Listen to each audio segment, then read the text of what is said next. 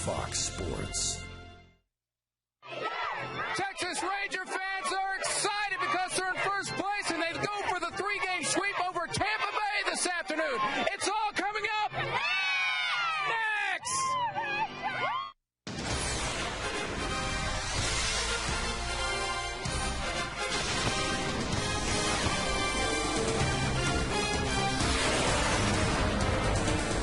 And we share Jim Knox's excitement. It has been riveting, fun Texas Ranger baseball here in the month of June. The bats have caught fire, and everything is just going real well. The Rangers have a game-and-a-half lead in the West on the Angels, 2 over the A's. They're taking on the team with the best record in baseball, the Tampa Bay Rays. The Rangers have a chance to sweep the team with the best record in baseball today. Along with Tom Grieve, I'm Josh Lewin. Welcome, and we're glad to have you with us. The Rangers that we mentioned, they really have been heating it up. As the weather gets hotter, the Rangers are getting hotter. The bats are on fire. Bats are going really well right now. We talked in the pregame show how the 7th, 8th, and 9 guys over the last week or so have really started to contribute in a big way. And that's just made the overall lineup click. When you look at a short sample, but still 5 games in June, the team has out-hit the opponents by almost 100 points. And the big difference is they've scored almost 3 runs per game more than their opponent, which is why they've won 4 out of 5. May usually is the month of choice for the Rangers the last several years. It's nice to see that maybe this year, June, will bring some positive things as well. Got a nice crowd here today on a hot afternoon. The Rangers looking forward to the possibility of a sweep. They will have that opportunity when we come back.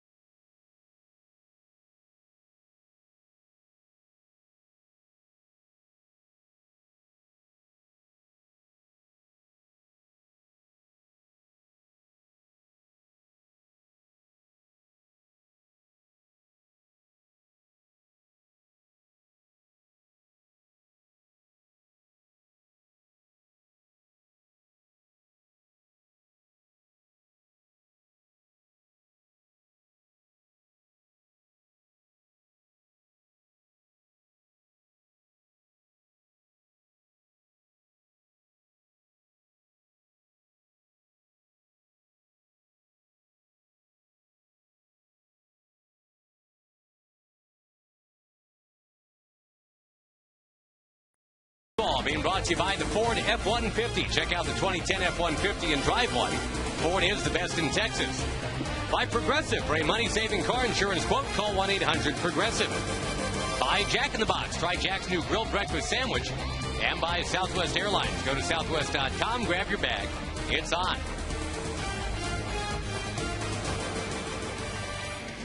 Rich Harden against Matt Garza, the pitching matchup on a 94 or 95 degree afternoon.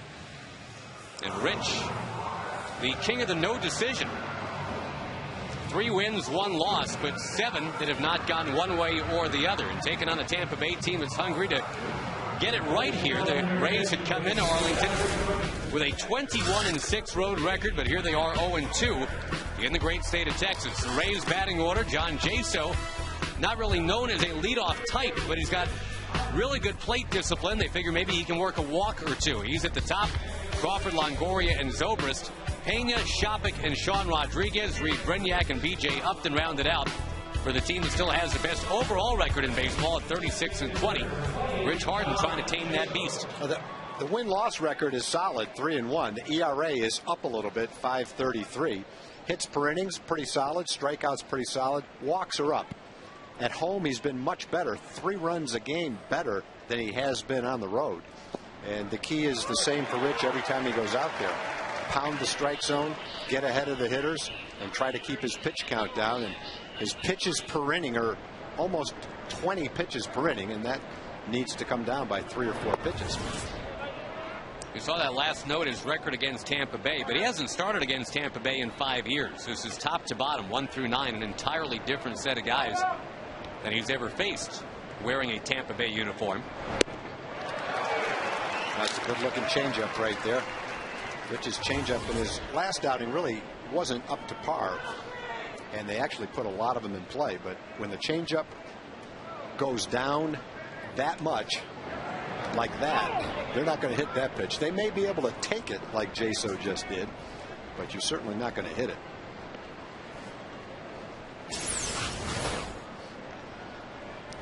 There'll be some swings and misses at that today if it keeps breaking like that. Jaso's been up almost 100 times. He's walked 18 times. Hit a solid 292. He's knocked in 19 runs. Struck out only 10 times. He's having a good 100 at bats so far for the Devil Rays. Oh, and that's why Joe Madden goes kind of off the grid a little bit. This is not a guy with any stolen bases, not known as a speed guy. But as you said, he's a guy that will put the ball in play. What he's done, Madden, is bunched their 4 best hitters at the top of the lineup. He's bunched Jaso, Crawford, Longoria, and Zobrist, all of them 300 hitters or close to it. Most of them good on base percentage guys, pretty good speed, in the hopes that the top of the order can produce some offense. Jaso not likely to strike out, but he does so there. Rich Harden just gunned it right by him. Well, when you show that changeup several times in the same at bat, that's going to make your fastball look that much better. And Jaso couldn't catch up with a high fastball. Might have got a little piece of it the way he turned around, but it went right straight into the glove of Matt Trainer.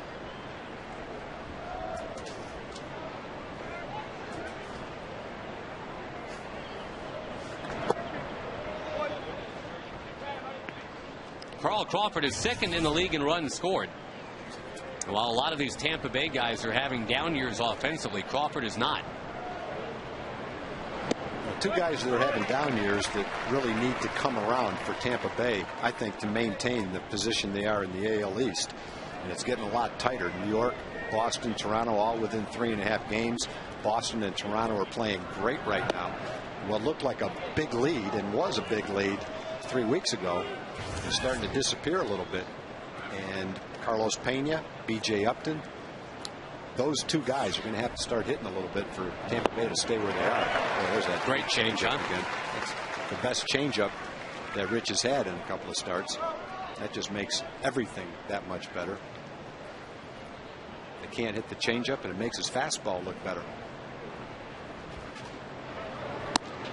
Crawford takes a look. It's a full count. You talked earlier about Harden just trying to keep that pitch count down. 20 pitches per inning pretty much ensures him he'll be a 5 or 6 inning guy. On the ground sharply to short. Elvis kicked one in the first inning yesterday, but he's true on this one for out number 2. Rangers actually made 3 errors in that game yesterday against Tampa Bay, but they won the game convincingly anyway. Gentry, Bourbon, and Murphy in the outfield. Young, Andrews, Kinsler, Smoke in the infield. Matt Trainer gets to catch on the hot afternoon today. Now, the story of the game yesterday, obviously, was the starter Tommy Hunter. A 6-1 win for the Rangers. Tommy soldiering through all the way. 117 pitches on that 99-degree afternoon.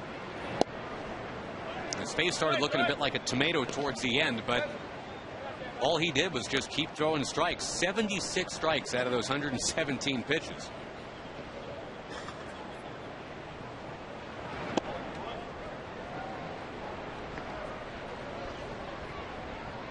First pitcher in 19 years, we are told, to get a complete game win in his first appearance of the season against the team with the best record in baseball. I'd like to know two things. How long it took to find that out, and how you could have thought that stat up in the, not you personally, but No, whoever did, thought that stat up in the, to even look that up. How do you even think of that? Computers. First, I know, but how do you think? You got to tell the computer what to look up. First start of the year against the team with the best record. I don't even know how you think that up. Outside here to Longoria, 3-1. If you're scoring at home, Mike Remlinger was that guy 19 years ago. The Giants against the Pirates. Shows you how long ago we're talking about. The Pirates had the best record in baseball. There's ball 4 to Longoria. And as for Tommy Hunter, if you missed it yesterday, our Jaguar extraordinary performance. You know, Tommy's last AAA start, Tag, 5 innings, 10 hits, 5 runs. How do you explain being able to do all this against the best team in baseball? Well, I think what you look at is two things. Tommy was a good big league pitcher last year. He was 9-6. He was supposed to make the team if he wasn't injured out of spring training. Before that start in Oklahoma City, he had pitched very well at AAA. He just had a bad start. And I think I'm pretty confident in saying he was a little pumped up for that first start. He knows that he needs to pitch well to maintain that spot in the rotation. And Tommy's got a lot of heart. He might not go out there with what ranks as the best stuff on the staff, but no one's going to compete better than Tommy does on our staff or any staff. He just went out there and not only pitched a good game. I think everybody would have said on that hot day, if Tommy can go 6 innings, everybody would be happy. Instead, it's 95 degrees out there and he goes 9. Bullpen didn't have to get up, didn't have to work. And Tommy got through the whole game. That was very impressive. Oh, nice little afternoon off for the bullpen. They appreciated that. Ron Washington appreciates that, because if indeed Rich Harden has one of those Rich Harden kind of games where you're hoping to get 5 or 6 innings out of him, you need that deep bullpen today. Rich has only gotten 7 innings once all year. This is his 12th start. He's only had 1 base runner. Longoria walked, and this is going to be his 22nd pitch.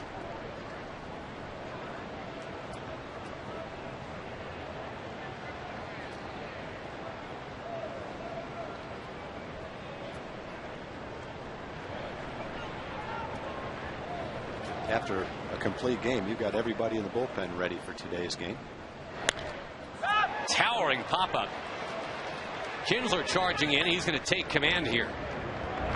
Finds it, catches it, and Rich Harden's off the mound. No score. Matt Garza's on the mound, and Elvis Andrews to bat against him when we return.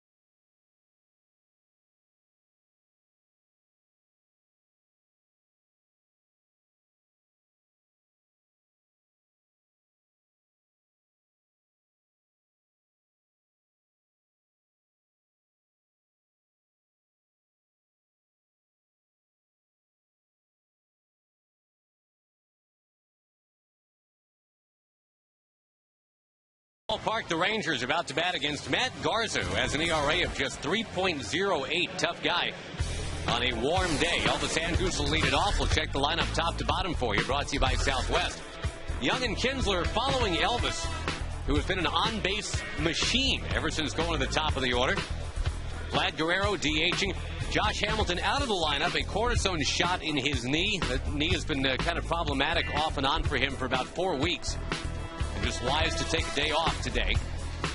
Murphy, Smoke, Trainer, Gentry, Bourbon, the rest of the lineup against Matt Garza. And we'll scout him out right here, right now. Well, Garza's a good, solid young pitcher. He's 26 years old. He's a former #1 pick of the Minnesota Twins. Even though he hasn't won in his last 5 starts, he's pitched pretty good. The ERA is pretty solid at 4.36. Opponent's batting average pretty solid at 2.64. But he hasn't won in his last 5 starts. Has not pitched particularly well in our ballpark either. An ERA close to 6. He's pitched well on the road this year. 2.35 as opposed to 4.20 at home. And the Rays, as Josh has already said, are an excellent road team. After the 2 losses, they're still 21-8 on the road. Garza's been a big part of that. Longoria in even with the bag at third. And at first base, you got Pena playing in as well. There's a strike to Elvis. Matt Garza had one of the all-time meltdowns on this mound a couple of years ago. It wasn't so much what he did in terms of performance. It's just how he handled some disappointment. That kind of spilled over back into the dugout. He and the catcher, Deano Navarro, getting into it. It was pretty heated on the mound. It was pretty heated in the dugout. And that was kind of a watershed moment, says Joe Madden. He calls Matt Garza a recovering emotionalist. And that little episode, says Joe Madden, made it very clear to Matt Garza once he saw the video, once he saw what he looked like yelling at his catcher, then maybe it's time to try to get the emotions in check. Yeah, and you don't want a guy to go out there without emotion. You just want to channel him in the right direction. I think Garza was wasting a lot of his energy and a lot of his emotion on things he really couldn't control. But he's young. He was only 24 when that happened. He's only 26 now. He's actually had a losing record the last couple of years, 19-21, but you wouldn't know it from the rest of his line. Been a solid pitcher, just hasn't had a lot of support. Line shot foul by Andrews into the crowd. Yeah, Garza's actually got the lowest opponent's batting average in the American League since 2008. We were talking about Sabathia, Lester, Verlander, Felix Hernandez, Zach Greinke. That's a tough room to move to the front of. And you don't hear a lot about him nationally, but despite the losing record, the ERA has been fantastic.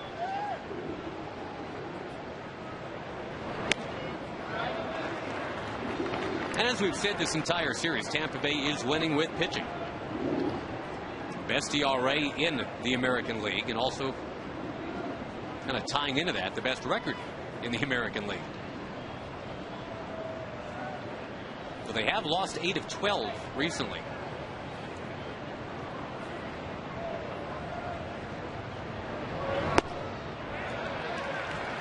We have seen this all year from Elvis Andrews. Work that count. Like a guy who's been doing this 10 or 15 years in the big leagues instead of a year and a third.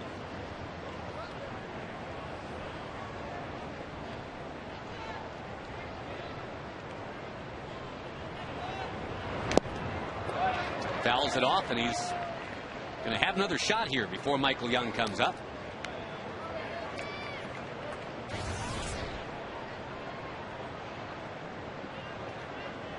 One thing I'm sure that Tampa Bay likes a lot about Garza is how well he's pitched against the AL East.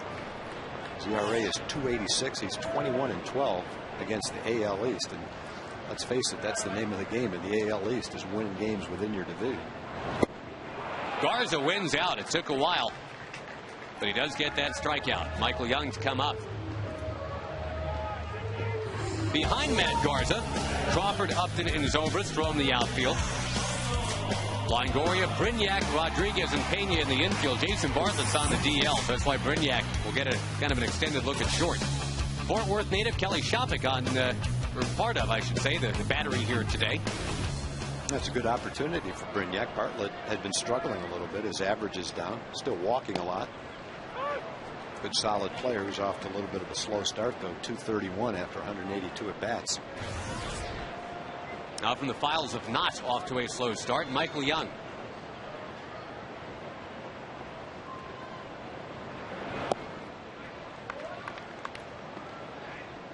"18 out of 20 games now he has hit safely. He is top 10 in the league in batting average.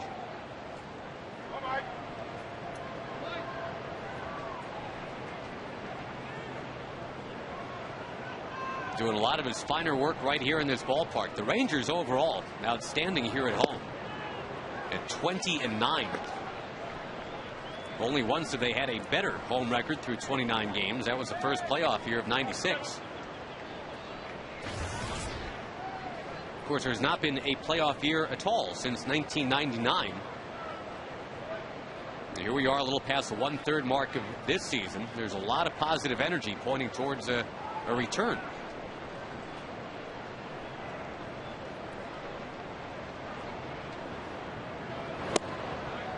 Coming in this afternoon, the Rangers leading not the A's but the Angels by a game and a half. Oakland for the first time in about a month and a half is out of the top 2 spots. They're down to 3rd. Well, as we said a couple of weeks ago when the Angels were 6 or 7 games under 500, it's just a matter of time before they're right near the top, and they will be near the top from here on in. Well, a lot of deep counts early in the game, both teams. The other team to look at, I know nobody's talking about Seattle, but the Mariners are about to come in here for 4.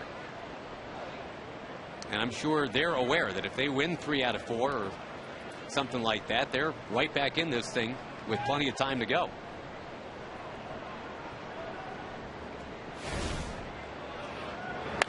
Michael Young, a hard hit. Brignac backing up. He spins and takes care of Michael.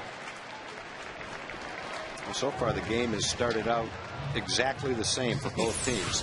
A 7 or 8 pitch strikeout to the leadoff hitter, and a 6 or 7 pitch ground ball well hit to the shortstop for the second hitter. 14 pitches right now for Garza.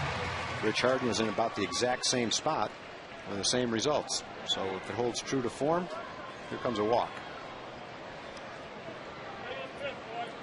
If for some reason Kinsler triples, are you okay with that? I'm okay with that. Right. I'm okay with that. Yeah. Hey, by the way, before we get too far in the broadcast today, Tom, congratulations to you.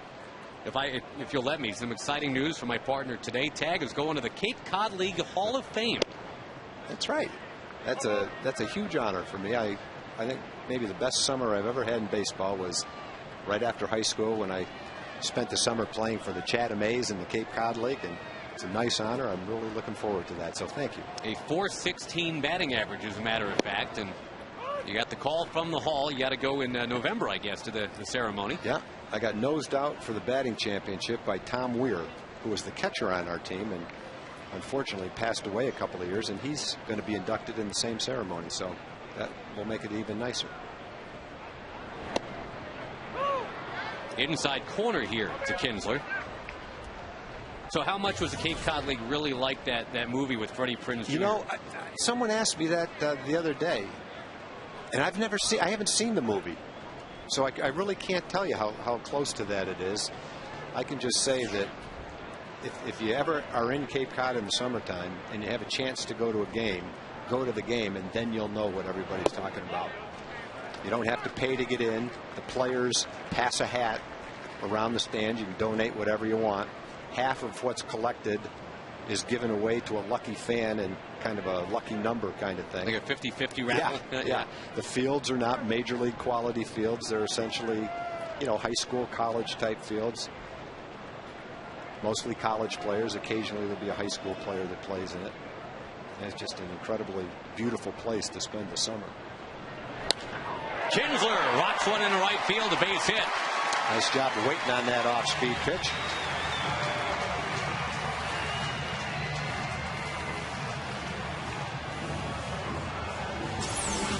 I've talked over the years to a lot of people who have had the opportunity to spend the summer at the Cape playing baseball in that league, and I've yet to find anyone who pretty much didn't say the same thing. Best summer of my life. That's pretty much what you hear from everybody. Well, in the movie, Freddie Prinze Jr. got to kiss Jessica Biel a lot. Well, that's pretty good for him. Pretty good summer for him. Can't say my summer was quite that good, but the baseball was great.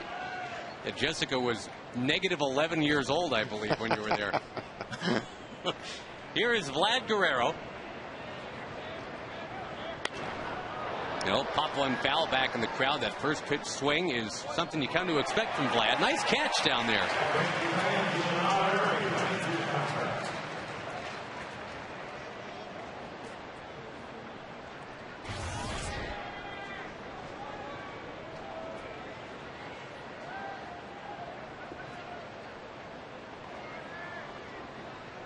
Vladdy is top 10 in a bunch of things right now. He is 6th in batting average, 7th in homers, 2nd in runs batted in.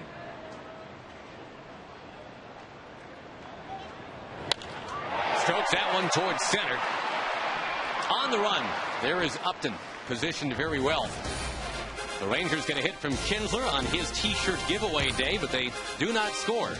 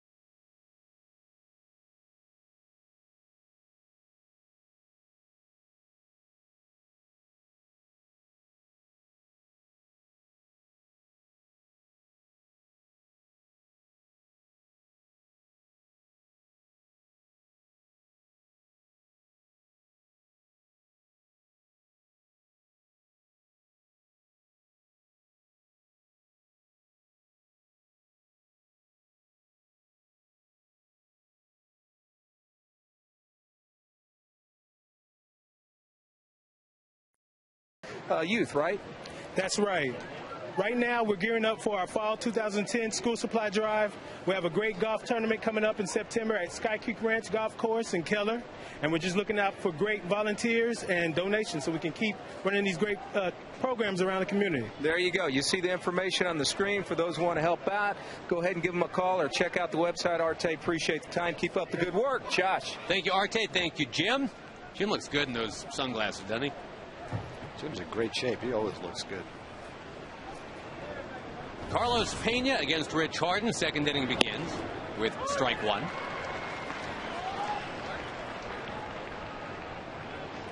Again, the Rangers coming off a 6-1 win yesterday. They survived 3 errors and the heat. Tommy Hunter had the cutter going all day. A complete game effort. Carlos Pena among those flummoxed yesterday by the Tommy Hunter cut fastball. Your Geico quote of the day. Where we were swinging, the ball wasn't. And where the ball was, they were not swinging. The 0-2. They definitely weren't hitting them where they ain't. Well, Tommy did have good movement. He had good curveball, cutter. Two-seam fastball was effective. Got some ground balls. A beautiful performance on a 95-degree day. Just unexpected for any pitcher to go out there and throw a complete game. So Michael Young had the comment after the game saying, how do you not love playing behind a guy like that. He gets the ball and he just wants to throw it right away. Gets you back in the dugout quickly. Got a great attitude out there. Didn't walk a batter.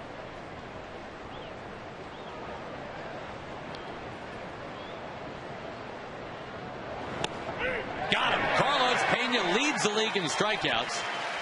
Down he goes again. Well, the way that changeup is dropping, some of the best ones have dropped into the dirt. If he just gets it up a little bit and drops it in for a strike, he's going to be off to the races with the strikeouts today. Well, Harden was supposed to be a strikeout pitcher. It's certainly one of the lead notes on his resume. It's always been the case for him. It's not really been the case this year. He's had 49 strikeouts in 54 innings. I think generally he's slightly above a strikeout per inning. Now he's just slightly below a strikeout per inning.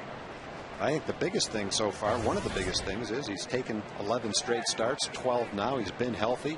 He's had games where he's thrown well over 100 pitches. So as he develops a little more consistency, continues to get a little bit better with the quality of his pitches, if he stays healthy, be a big boost for the staff.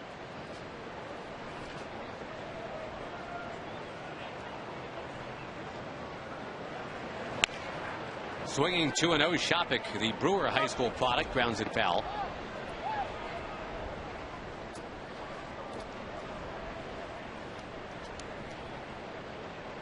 Shopik and David Murphy were teammates for a couple of years at Baylor, playing for Steve Smith in Waco.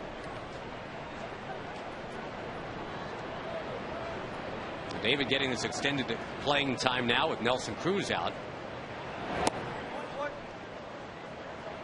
Baylor's got Arizona today in the regionals in Fort Worth, and David's got an eye on that.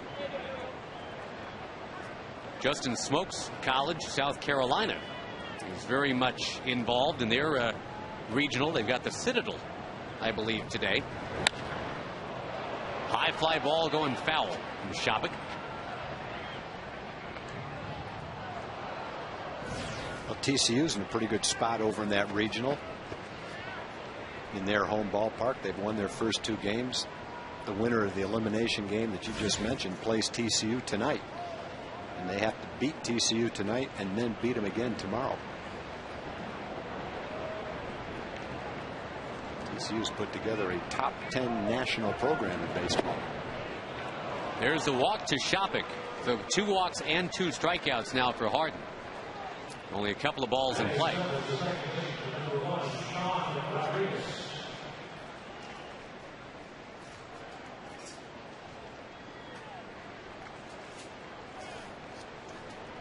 Harden played a little bit at Central Arizona College when Ian Kinsler was there.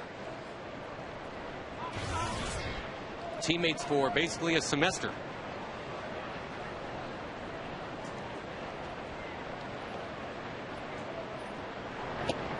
There's that changeup. Strike 1 to Sean Rodriguez. And Rodriguez having a nice road trip, 7 out of 15.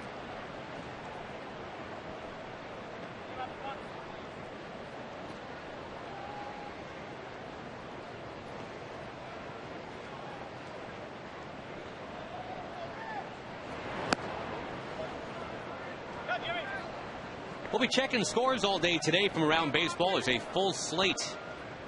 And in terms of what the Rangers are looking at, if they choose to look, the A's are home, the Angels are on the road. The A's play a little bit later this afternoon, taking on Minnesota. The Angels are at Seattle. That pitch stayed up. Rodriguez fouled it. In terms of games that are underway, well, the White Sox continue to struggle. Mark Burley already driven from the game at home against Cleveland. The Indians up 6-3 after 4. The Indians were without Grady Sizemore the rest of the year. They got a chance to sweep in Chicago. If Chicago's not careful, they're going to be in last place pretty soon.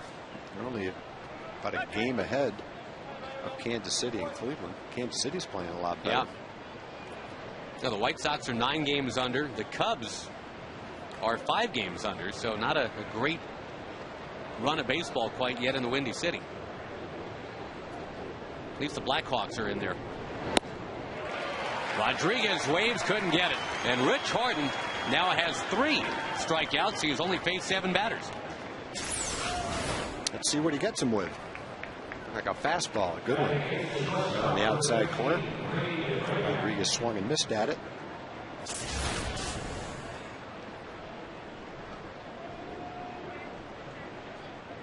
Pena took a changeup for his strikeout. Jaso and Rodriguez have swung and missed at fastballs.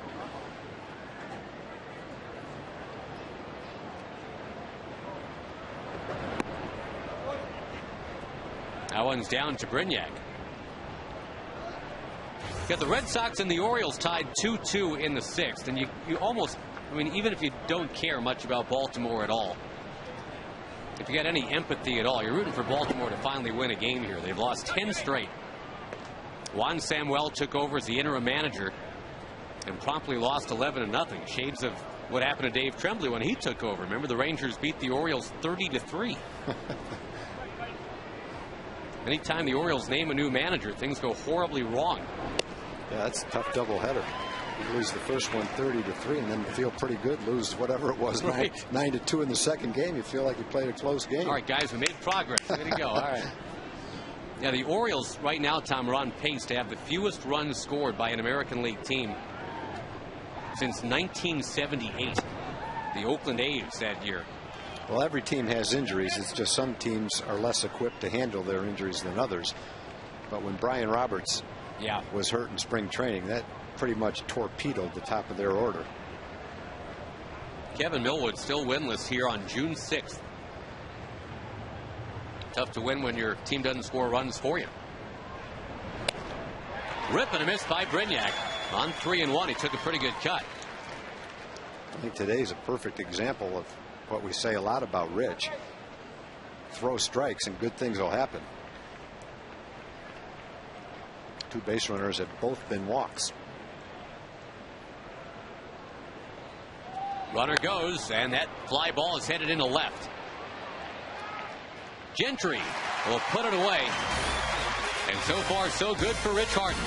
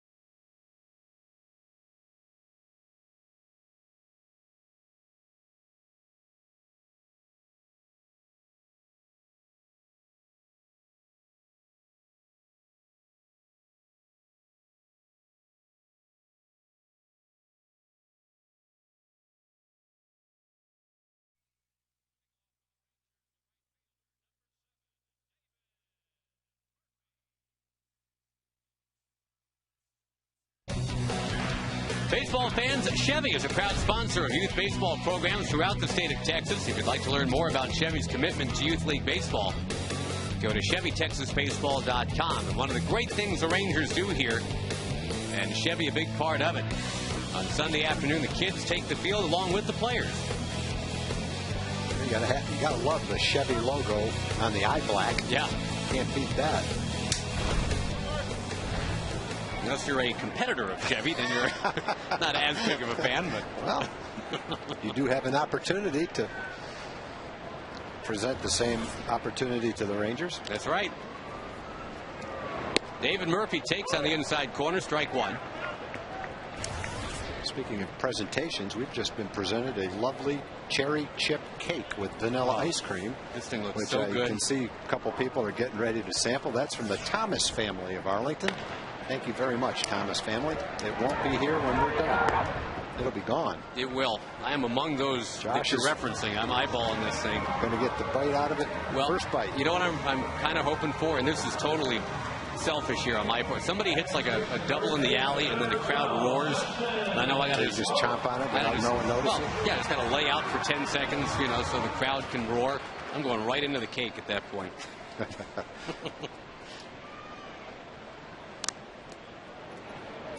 Justin Smoke heating up, 9 for his last 20. This was after a 3 for 35. And you got to admire how Justin never did waver during that 3 for 35. He was hitting in some tough luck. Ron Washington kept running him out there and just kind of trusted things would come around for him. And if you saw him take that eye-high pitch into the upper deck the other day, you're aware that, yeah, things are coming around for Justin now.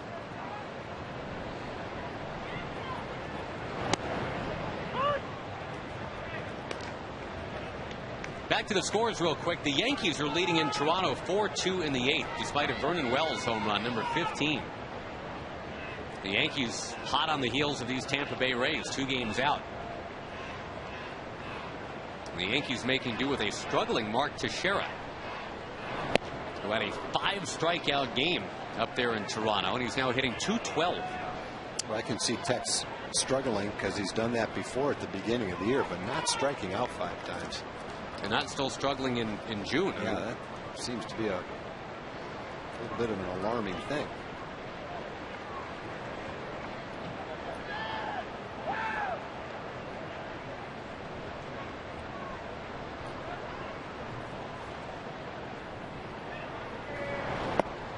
Tough pitch right there. 2 down in the inning. Smoke, the second strikeout victim of Garza. Garza has a good fastball, 92-93. It's a hard breaking ball. He'll throw down and in a curveball.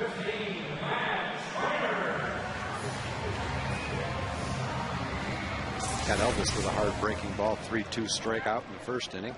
Second one for him right there.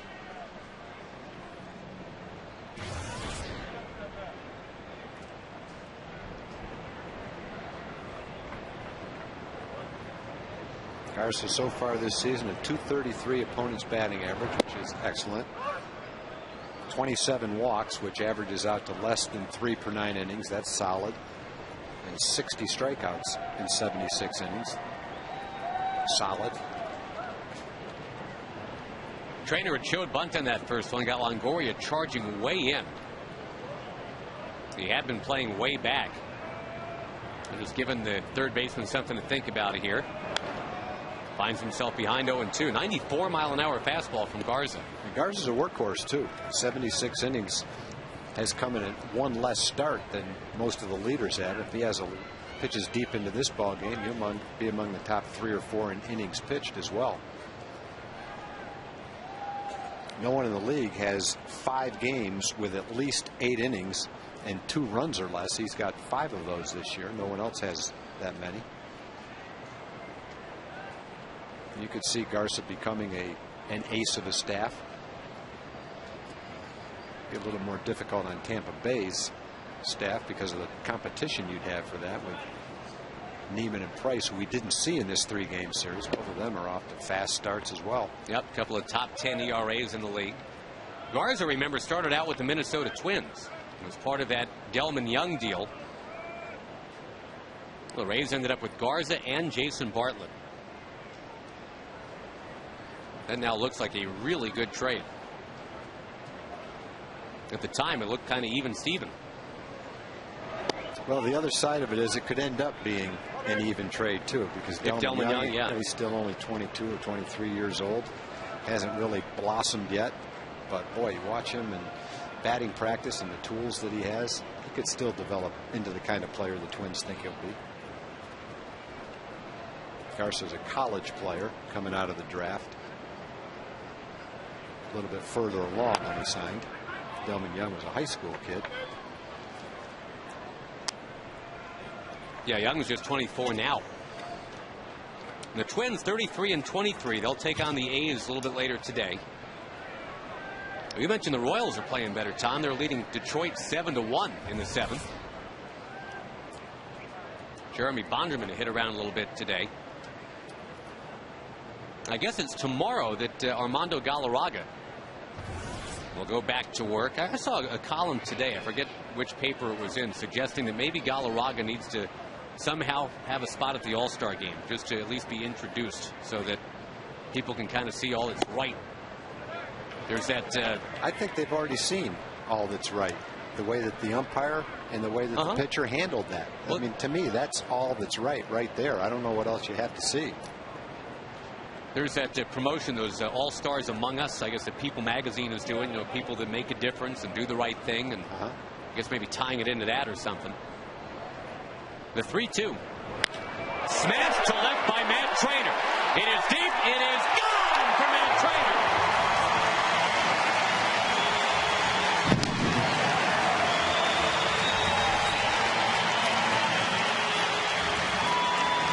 Boy, you're a catcher. It's 94 degrees.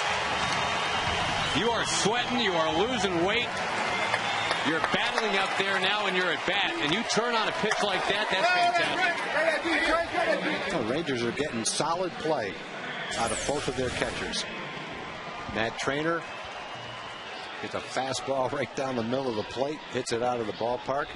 And I thought one of the nicest compliments that Max Ramirez could have paid to him at this stage of his career was for Tommy Hunter to mention what an excellent job he did calling the game yesterday. Max has, prior to this year, been known more as an offensive catcher, but he's getting better defensively to where now you see a pitcher throwing a complete game and saying what a great game he called. Well, that's nice to see from Max.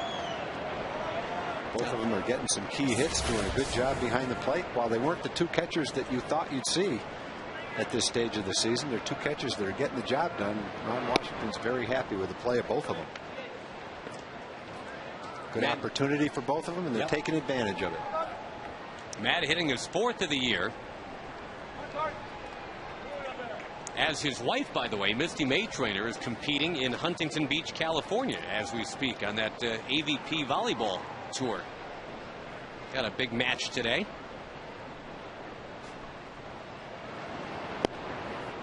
Matt finally got a chance to see the advance of the book that's been written about his life, and he's prominently in there. In fact, there's a whole chapter about how Matt and Misty meet. They met cute, met on a rehab assignment. She was coming back from an Achilles tear, and he was coming back from a rotator cuff situation. That book is due out in stores, I'm told, in about 2 weeks. The biography of Misty May Trainer. Some nice wedding pictures of Matt and Misty in that book, too. So be a book passed around the clubhouse, I'm sure.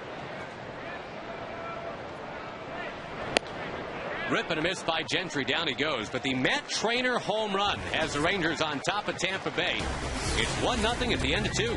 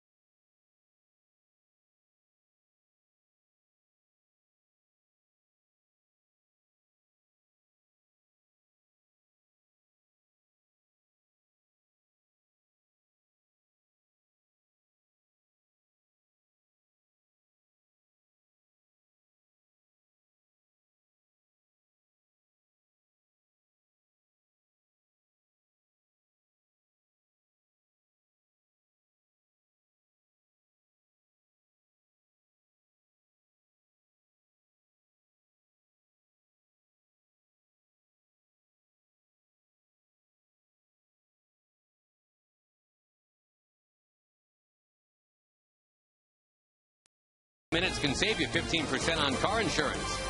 Also by AT&T. See what's new from AT&T. Go to att.com. And by Yokohama. Technology drives better tires. Rangers on top 1-0. They've got a chance to sweep the team with the best record in baseball, the Tampa Bay Rays. The number 9 man will lead off against Rich Harden, B.J. Upton. Right through the glove of Michael Young. A base hit, or, well, we'll see if it's a base hit or an error. But either way, B.J. Upton is on. Yeah, that's a ball Michael's hard hit ball, but that's a ball Michael will say he's got to catch. Positioned well, just got on him in a hurry. It's ruled a base hit. No. Upton will take it, that's for sure. Pretty weird. Harden now against the number 9 batters for any team this year, Tom. 10 for 20 are those opponents. And by far, that's the toughest part of the order, statistically, for Rich Harden. Those number 9 guys.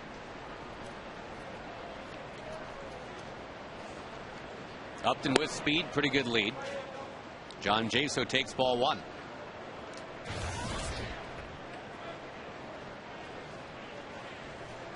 There's a pitcher that Tampa Bay used to have from Korea whose name was Jay So.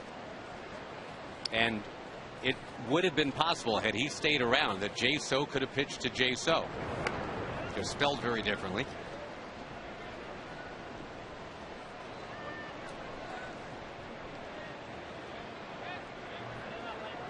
This Jay So had a really good spring training. After spending all last year at AAA, he hit 260 at Durham. And he mashes this one deep to right. Wow, 2-1 Tampa Bay, the third of the year for John Jaso. He didn't get a ball out of the infield yesterday, but he rocked that one off of Harden.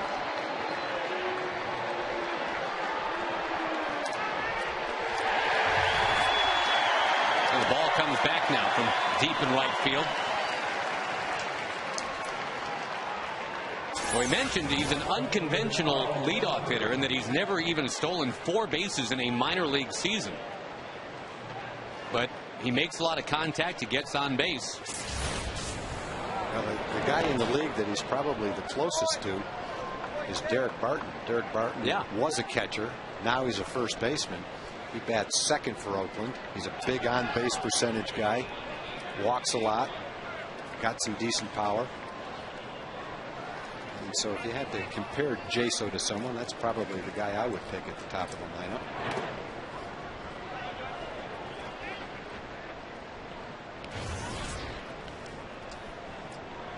Well, the ball that got by Michael Young figures in as well, as that is a 2-run home run.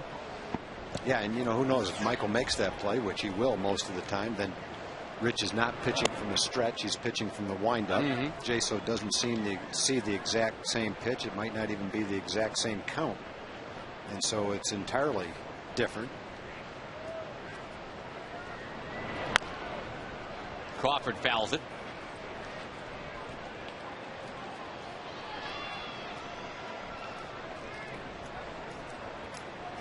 Crawford right now third in the All-Star balloting, just ahead of Josh Hamilton. And again, Josh has the afternoon off today. Got that cortisone shot in his knee. When Josh talked about that, I think he was pretty careful to make sure nobody panicked or read too much into it. It's just kind of a let's get a little healthier if we can kind of thing. Nothing that was going to keep him out of the lineup.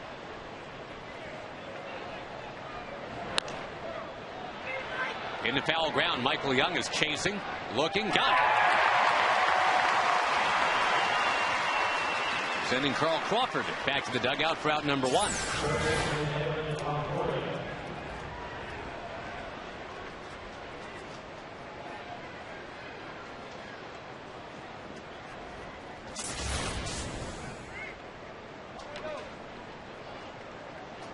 Now Evan Longoria, who's already got a home run in this series.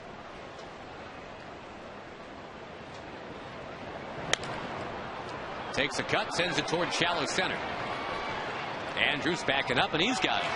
Sunglasses down for Young and Andrews. Not a bad idea today.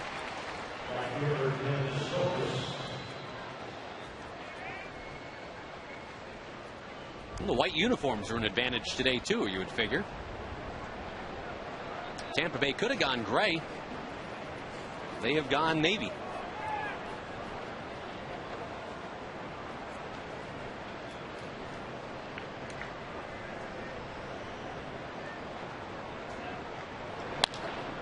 Big swing for Zobrist, and another ball that is not going to come close to doing what Jesus did. 3 pop-ups after the home run. Tampa Bay leads 2-1.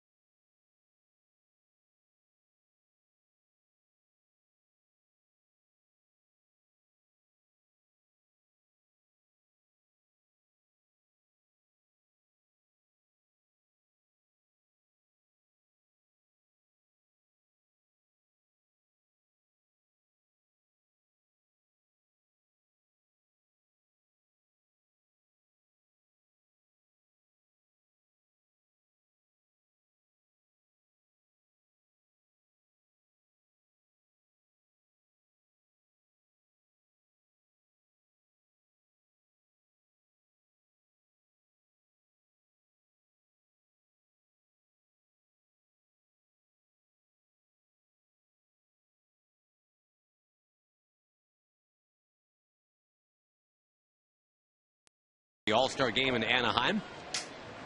Vote early, vote often. Vlad Guerrero continues to lead in the designated hitter category. Nelly Cruz, Josh Hamilton both have a shot in the outfield department. They also make really good fans, the All-Star ballots do, so pick a few up next time you're at the ballpark.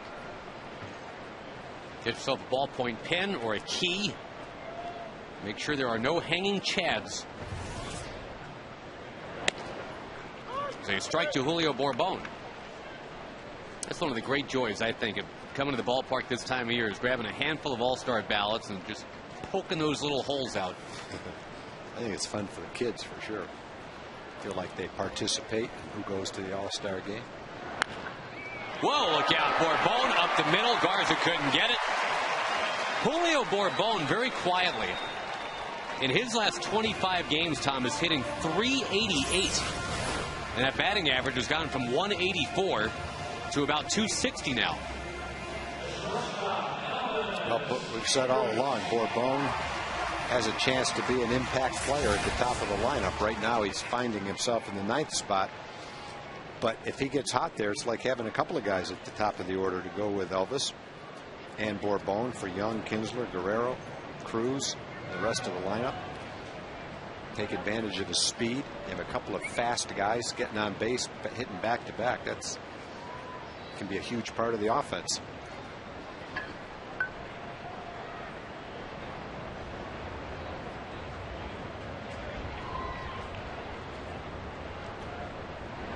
Andrews, well, they're going to say that strike one as he showed the bunt.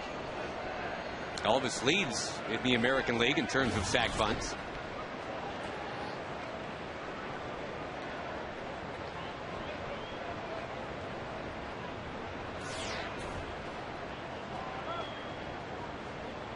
Another hot hitter over a longer sample. Elvis in the last 5 weeks hitting about .340.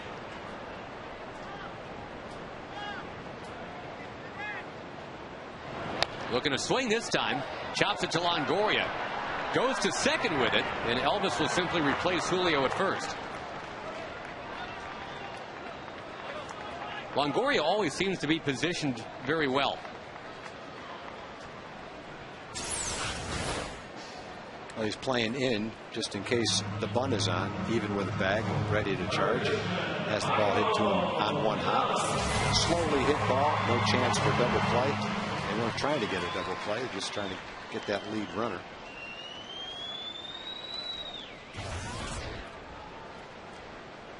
The hit total now for Michael Young in his Ranger career, 1,734. 13 away from Pudge Rodriguez, his all-time record.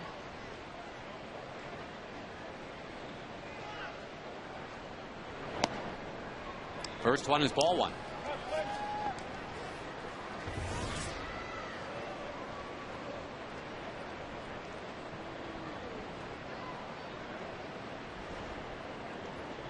The Rangers have won already 9-6 and 6-1 against this Tampa Bay team. There goes Andrews. Strike called to throw down is going to be in time for the out. For the 9th time this year, Elvis is caught stealing to lead the majors. And his percentage has gone way down, and I think his percentage was pretty good early in the season, but getting thrown out on a pretty regular basis now. That was a nice throw by Shopping. Right on the money.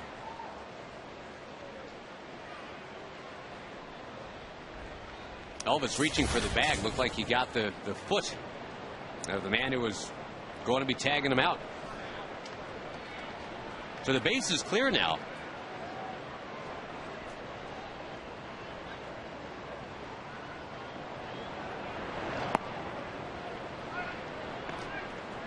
By the way, the White Sox, Tom, have rallied against the Indians, tied that game up 6-6 with Mark Burley long gone.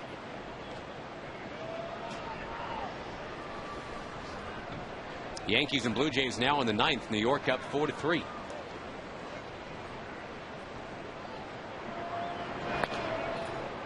Boston and Baltimore still tied 2-2. Again, the Orioles trying to break a 10-game losing streak. They're just 6-23 against the AL East, and there's such a separation in that AL East. You've got the 4 winningest teams: Tampa Bay, New York, Boston, Toronto. And then you've got the losingest team. Baltimore is 15-41. They are 18 games out of next to last. Young offered, and that's the inning. It started promisingly with an infield hit. Or actually a hit to the outfield, I should say. The Rangers do not score, and they trail 2-1.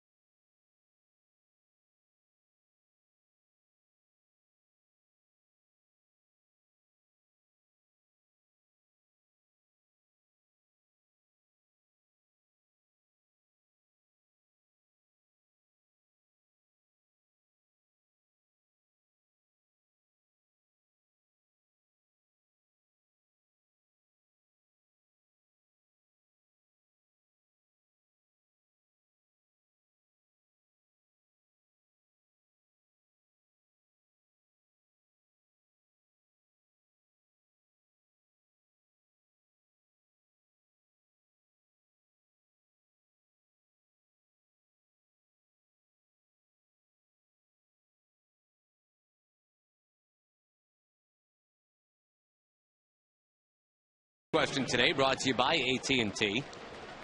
The only catcher in Ranger history to have started a game at the leadoff position. Jaso did that yesterday for Tampa Bay. Answer coming up in the bottom of the 4th. Here in the top of the 4th, Carlos Pena to start it up. He's got the lowest batting average of any major league regular in the 160s. So Rich Harden will try to take care of him, then Kelly Shopik and Sean Rodriguez.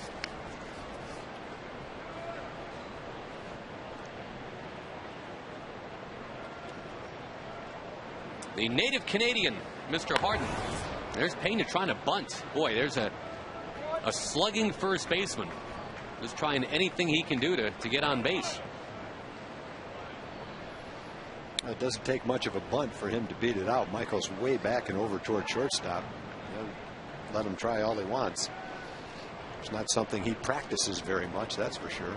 And he sure doesn't, as we said on the broadcast Friday, he almost never hits the ball on the ground to the left side. Did it 2 times all year last year. A lot of ground balls to the right side, but something like 86 or 87 of them, but 2 of them to the left of second base.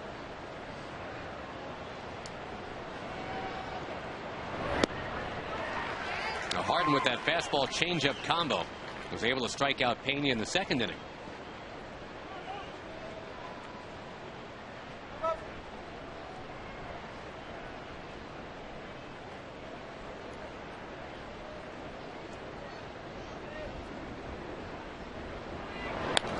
The guys who tied for the home run lead in the American League last year, Pena and Mark Teixeira, the 2 strapping first basemen. One of them's hitting 165, the other's hitting 212 this year, and Pena leading the league in strikeouts.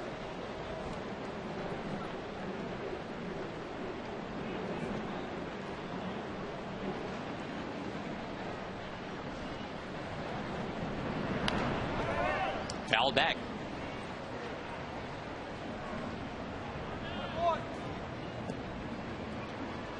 When Pena was locked in, though, a couple of years ago, boy, he really was a big part of why Tampa Bay was able to make that run all the way to the World Series.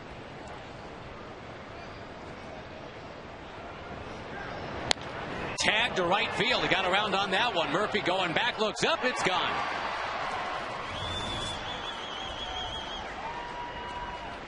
He was able to wait on that changeup. That one stayed up. Didn't drop quite as much as some of the other ones, and Pena got out in front of it and lined it 1 row back. Line shot home run. Harden with a chance to finish him off. There were a couple of just got a piece of it kind of foul balls before this, and you're right, he stayed back on the changeup that was right down the middle. That's the guy who's capable of a 40 home run season. We've seen that. He hits number 9 this year.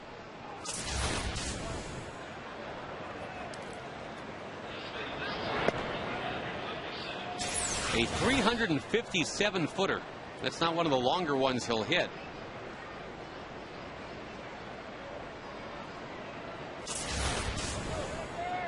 But it counts like he hit it 557.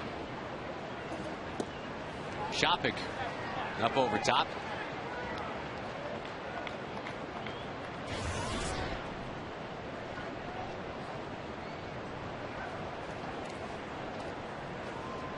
A pair of home runs now for Tampa Bay. Harden has allowed 10 for the year to lead the team. All Baylor on this one. Shopik to his former teammate down there in Waco, Mr. Murphy. We go to Jim Knox. All right, Josh, special afternoon for a couple twins. This is Terry and Tony from Henderson, Texas. Tony, I believe, celebrating your 1-year anniversary. Terry, number 20. Congratulations. And ballpark has some special meaning. Baseball, huh? Yeah, we've been big Ranger fans for the last 20 years, and we just like coming out here and enjoying the ballpark. And Tony, you had to convert your wife, Amy, to be a Ranger fan? This is Susan, okay, to be a Ranger fan? Yeah, she was an Astros fan. It's taken me a year, but I've got to convert to a Rangers fan. He won you over then. He won me over. All right, well, happy anniversary, guys. Way to go. Enjoy the game. Thank you, Josh. Thank you, twins, and welcome. Sean Rodriguez, the batter.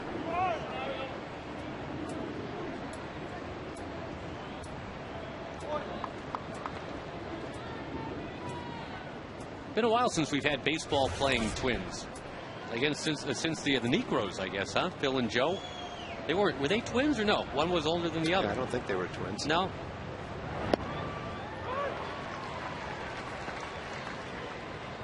trying to think. I don't know who the last set of twins are. Probably a little more apparent than it is to us right now, but I couldn't tell you who they were. Rich Harden trying to get things going again, having allowed the 2 home runs the last 2 innings.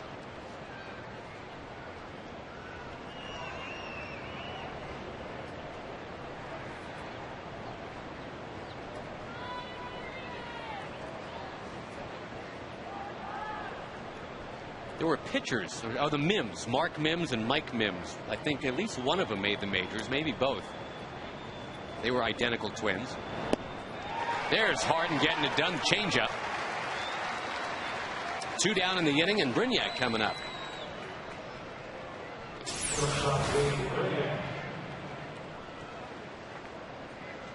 Swung right over the top of that changeup. After Jaso hit his home run last inning, he got Rich 3 quick outs. Crawford, Longoria, and Zobrist all popped up. After Pena's home run, Shopik, Rodriguez are 2 quick outs. We'll drop that changeup in there.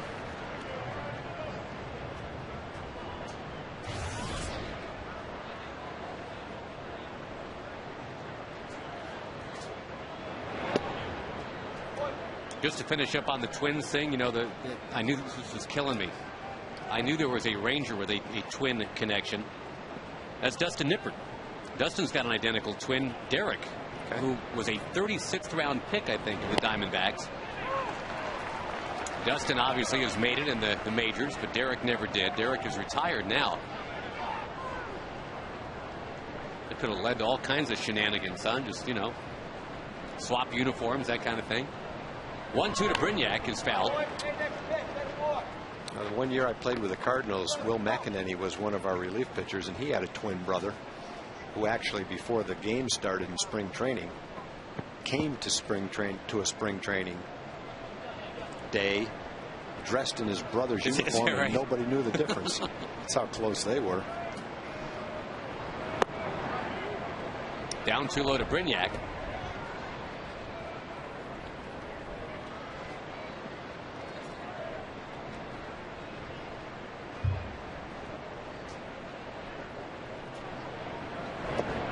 Another full count.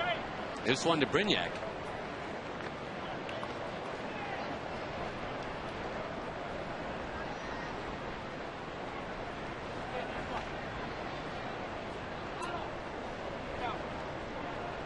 Yeah, B.J. Upton on deck. Tampa Bay now leading 3-1. There's some homers to right. John Jaso and Carlos Pena. It stays 3-2.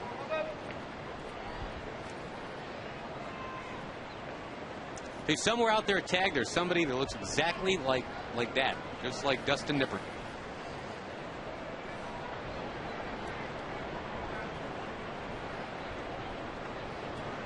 Derek and Dustin obviously drafted the same year by the Diamondbacks.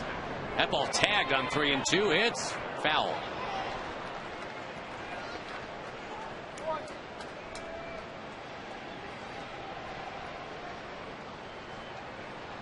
Now the pitch count for Harden getting up close to 80. And as you said earlier, the average for Harden this year is 20 pitches per inning. So unfortunately just kind of par for the course.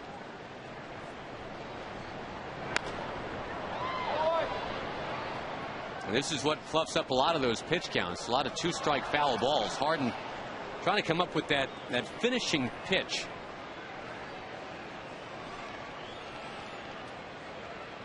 He has been able to do that a handful of times today. He's got 4 strikeouts.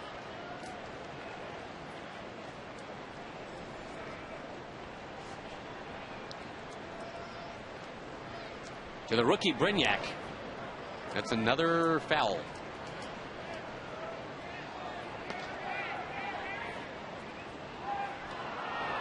That Yankees game has gone final, 4-3 New York.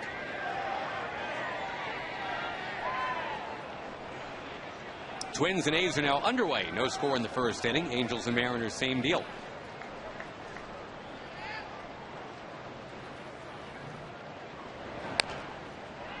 Boy, the parade of fouls continues with young Mr. Brignac.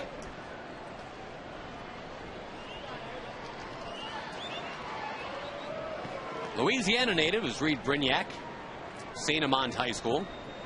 That's where Ben Sheets is from.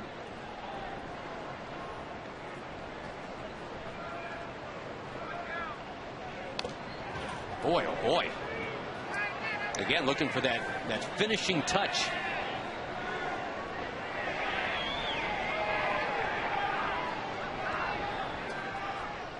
Ten pitch at bat working here with Brignac.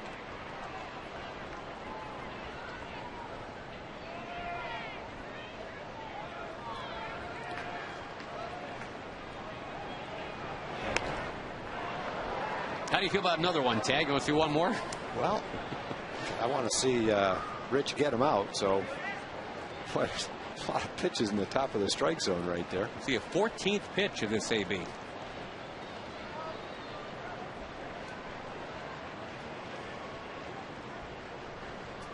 All right, who's going to win? We still don't know. That might have been ball 4 right there. Brignac, a defensive cut at the fastball. Hank, once you're in this kind of a bat, at least it would appear this way to me, and you start having that many foul balls in a row, it has to be pretty hard to lay off a close one. You're so used to swinging at everything he's throwing up there. That one was a little bit up and out of the strike zone.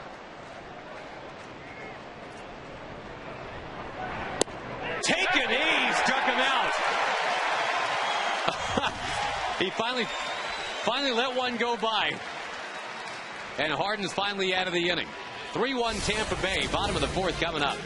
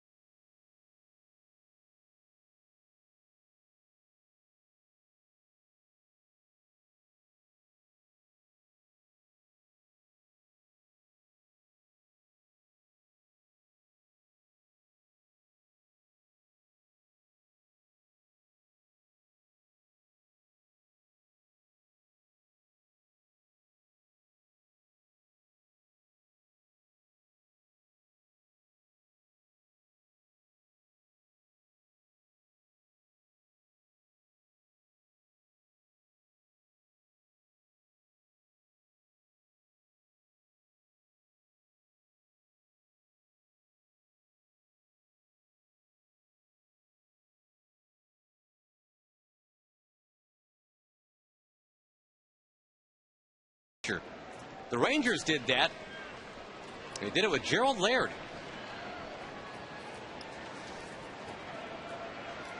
We've seen Brad Ausmus do that for the Houston Astros. Brian Downing was a leadoff man for the Rangers, but there was not a catcher at that point in his career. It was a DH. Another guy I wonder if he's ever done it is Jason Kendall. Oh, yeah. He's a guy that probably could lead off. And has done it for both Oakland and Milwaukee.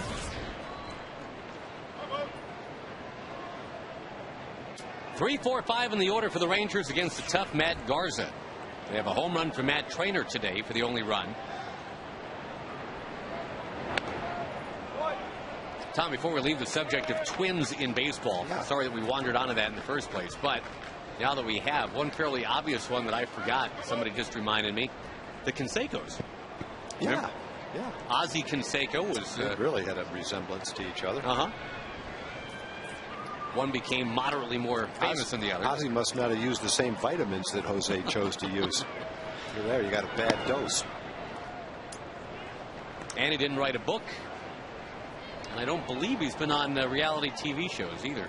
Probably hasn't been getting his lights pounded in those fights either. Just in case Jose is listening, I'm going to refrain from a follow-up, but I saw the same thing you did. Put it that way, too. Kinsler takes, and the count goes to 3-1. Was it Vi Sikahema? Oh, former boy. football player in one of those reality fights that they had. Didn't last too long. And Jose was not the winner. Somehow I don't think it's unfolded the last 5 years like Jose anticipated it might. Kinsler takes. It's now 3-2. Those are some interesting times, though, when he was in a Ranger uniform, no doubt.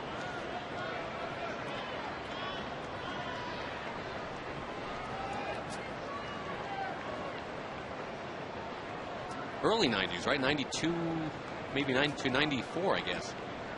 Sounds about right. Yep, just looked it up. 92 to 94. Kinsler takes a walk. Has been on base twice today. It's Ian Kinsler jersey day today, so. He laid off a tough pitch right there. Looked like a slider, 3-2 pitch.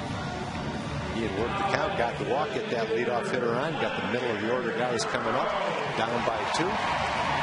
Be a real nice time for Ian to heat up again. We've talked about a lot of the other Rangers, Andrus, Young, Guerrero, Smoke now, who have that kind of positive statistical flow going right now. Kinsler, not so much of late. If he can jump in, join the party right when the Mariners come to town, I'm sure Ron Washington would be all over that. Oh, the rare first pitch taking of a strike for Vlad.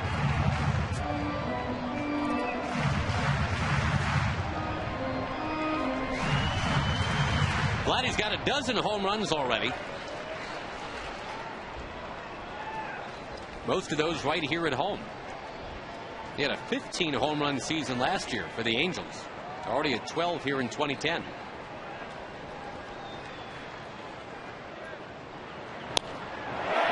the left field base hit for Vlad. Kinsler rounding second, charging to third. That's challenging the left fielder. Boy, that is aggressive base running. That's looking right straight in the face of Carl Crawford and saying, you can't throw me out at third base. Hard hit ball right to Crawford.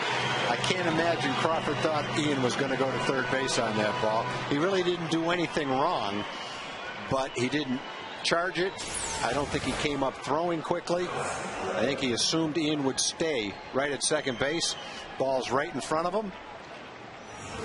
And he just challenged his arm and went in easily.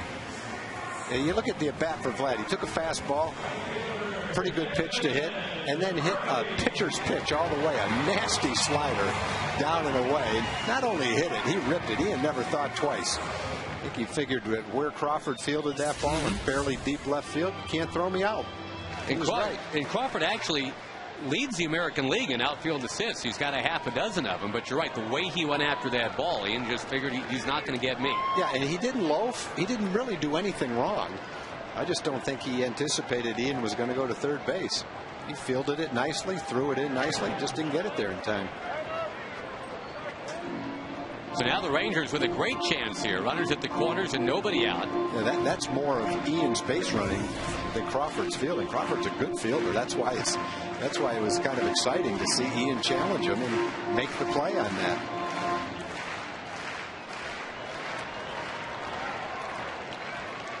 If he doesn't make it, that's a tough one to explain. You're down 3-1. Ooh, nice stop by Shopik. There goes Vlad to second base. And the throw. Oh, kicked away by Vlad. He was going to be out. It would have appeared. The Rangers got a break right there. Brignac couldn't hold the ball. And Vlad has already made outs on the bases a couple times over the last week or so. I think, what surprised Vlad was that Shopik was able to catch the ball. It bounced out in front of him. He blocked it, but instead of the ball going to the ground, Shopik came up with it. And then it was a tough play to handle because it bounced into second base. And then the tag came right on Vlad's foot as he slid into second base. And the foot knocked the ball out of the glove.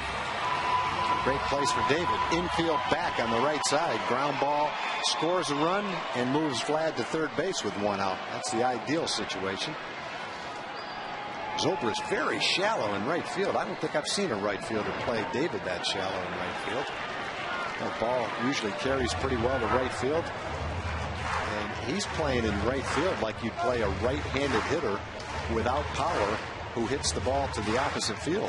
Joe Madden calls it aggressive positioning, saying we want our guys, our outfielders, to be able to catch line drives. We figure they can go get a fly ball. A line drive would be sinking. We want him in position to make that catch. Well, he's more shallow in the power field than Crawford is in the opposite field. And there's Murphy, zooms it to second base. This will get a run in. That's exactly what you love to see a base hit. But David hit the ball well, pull it on the ground. And if you don't get it through, at least you score a run and move the guy to third base with one out. So now Vlad taking second and third on the ground ball has the Rangers in position to tie the game. Will the Rays move the infield in now? I don't think so. I don't think so. They might move them in on the corners, but they've got a lead. I think they'll keep them back at second and third for sure. Looks like you're right the way they're coming out right now. In a little bit at first here, and remember Bourbon had that squeeze yesterday. Smoke's not a guy you'd figure is going to be squeezing, but Pena's playing in near that cutout, near that rim of the grass.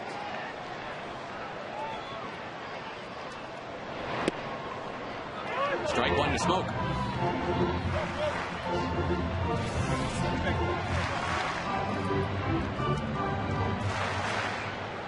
Well, Kinsler taking third in a daring manner makes a difference in this inning. Sure does. That's a huge play. If he doesn't take third and the same ball's hit, you don't know if the same ball is going to be hit, different circumstances, but if it is, the double play is in order.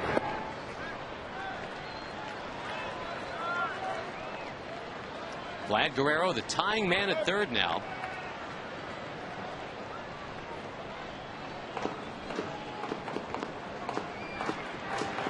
A little fly ball here from Justin Smoke to get this game tied up.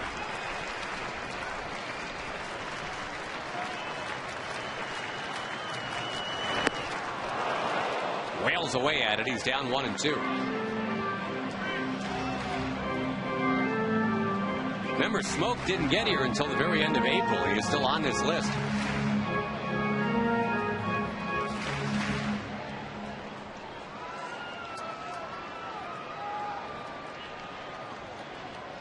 With 2 strikes, the infield is coming in now.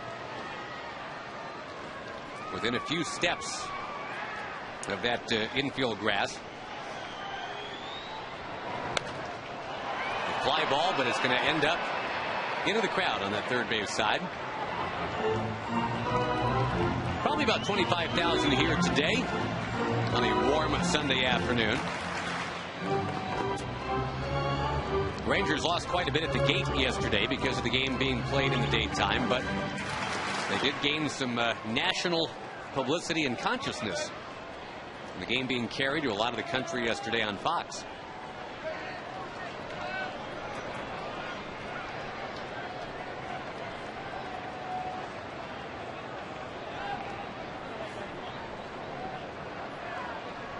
Infield stays in, and Smoke takes high. Right there, Garce is going for the strikeout. He got Justin to swing at a high fastball for strike 2. And he was trying to throw another high fastball up and in. It was a little too high. Justin's seen it one time. Got a pretty good eye at the plate. Wasn't tempted.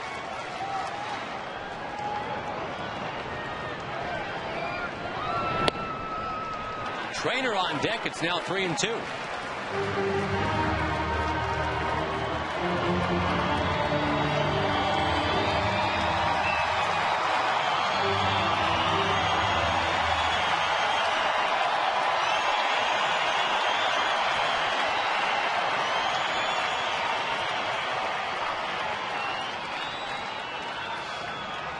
looking for a slider down and in right here.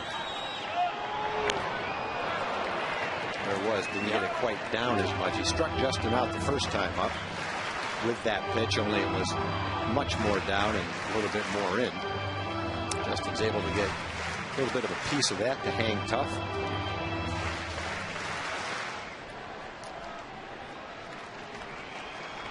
Likes to throw that pitch 3-2. Threw Ian a slider 3-2. Ian laid off it though and got the big walk to lead off the fourth.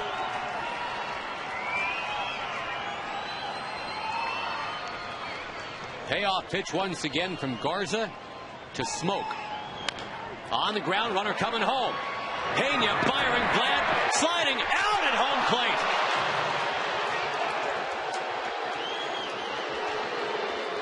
Pena fielding that ball confidently with a backhand, and his throw was on the money. And having the infield in just those few steps, maybe the difference right there. Yeah, Pena had been in, probably came in another step, and the shortstop and the second baseman came in to about halfway, but it was just enough. Boy, and a real close play, too. Home plate umpire Chris Guccione, the guy that made the call, also the guy that ejected Ron Washington the other day. Good job by Shopik. Got his left foot out there to block the plate pretty well. Nice play by Pena, too. He had a backhand to short hop. Come up and make an accurate throw.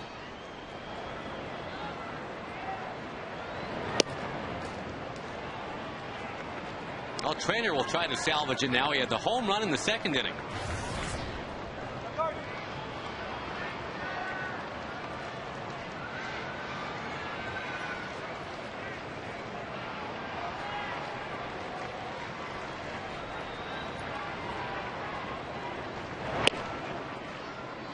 Taking outside, we'll show you that home run that Matt hit from back in the second. It was his fourth of the year. Or maybe we won't. I could be wrong.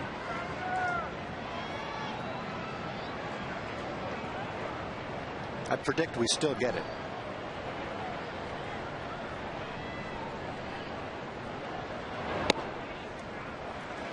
Three balls, no strikes to Trainer. Let's try it on this. Oh, pitch. you're good. There it was. High fastball. Line shot. 3-0 to Trainer now. Turn him loose? Probably not. I'd like to see the base, get another base runner, get a man into scoring position. He is taking all the way, 3-1. Got a man in scoring position. I think it's a different situation. Got a hitter up there, 3-0. Looking fastball all the way. You get a good one. Base hit drives in a run. So I think now, rather than try that, you'd like to see him work the count, maybe get a walk, make it first and second. He'll swing, foul it away.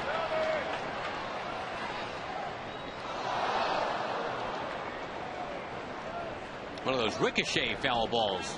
Not expecting to get it back down there, but the drop back down. 3-2. The runner will be going now. Rangers making Garza work this inning. Yeah, he's up to 72 pitches for the afternoon now.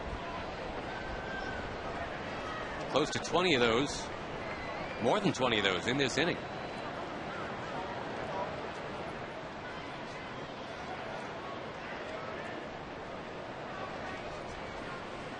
We'll see if Rich Harden can continue what he got done last inning. He set down the last 3, including 2 on strikeouts.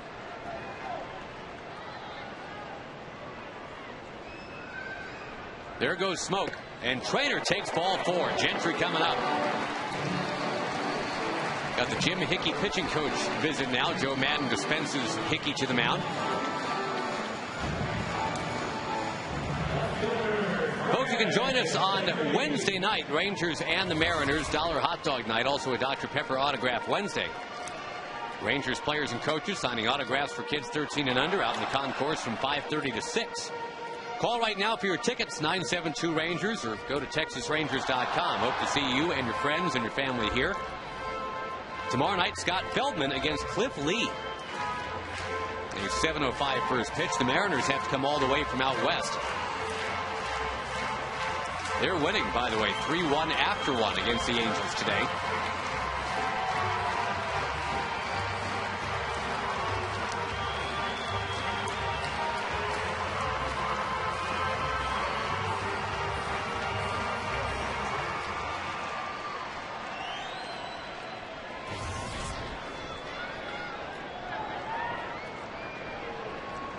Now the likable fifth outfielder Craig Gentry getting a chance to start today.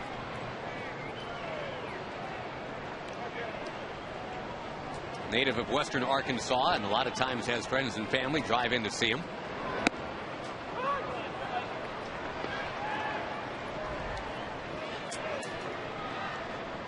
Craig was a track star in high school.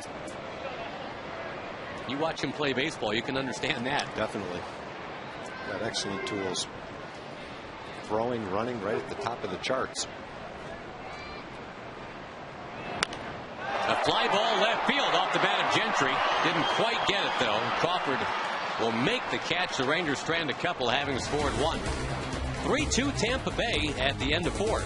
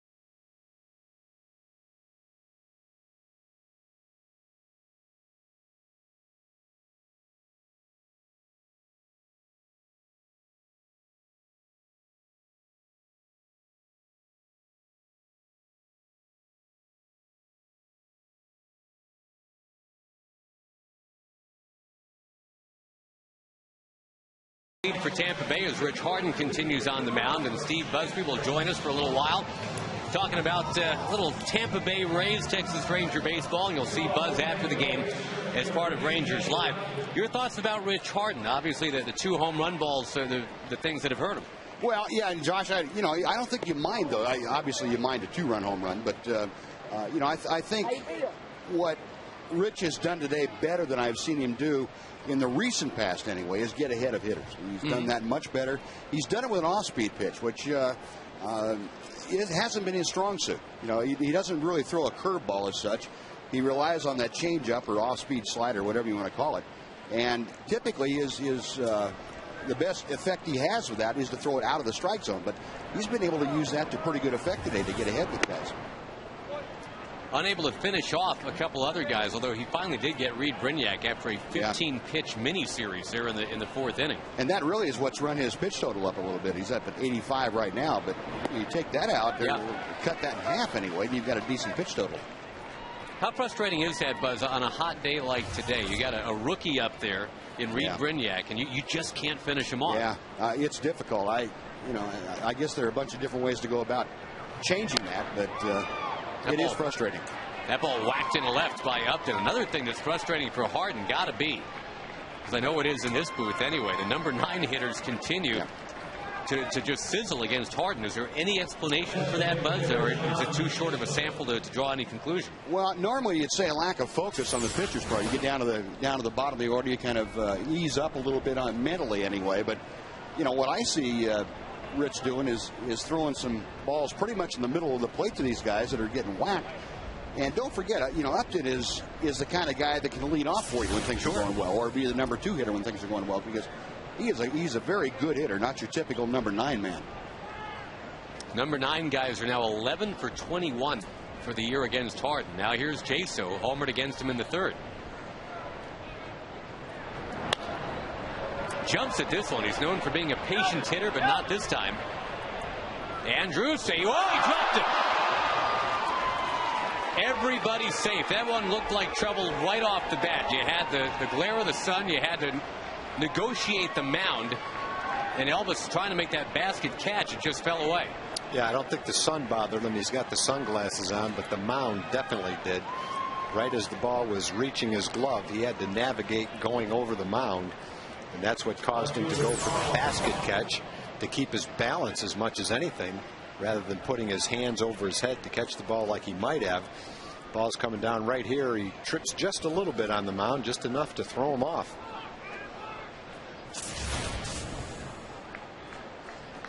Errors in back-to-back games now for Elvis, having gone 15 games before that without making any. That's his ball to take, though, anyway, though, right? I mean, he's the guy who's got the best shot. Well, the shortstop is the captain of the infield, and if he calls for it, it's his ball. I think Michael could have caught the ball. Probably Justin could have caught the ball, too, where it was, right on the pitcher's mound. I think once the shortstop takes charge and makes the call, then it becomes his ball, and it's catchable for all 3 of them. Just not on that play. Well, you'd love a double play ball right here. Problem is who's batting. Carl Crawford has not hit into a double play all year. He's an everyday player.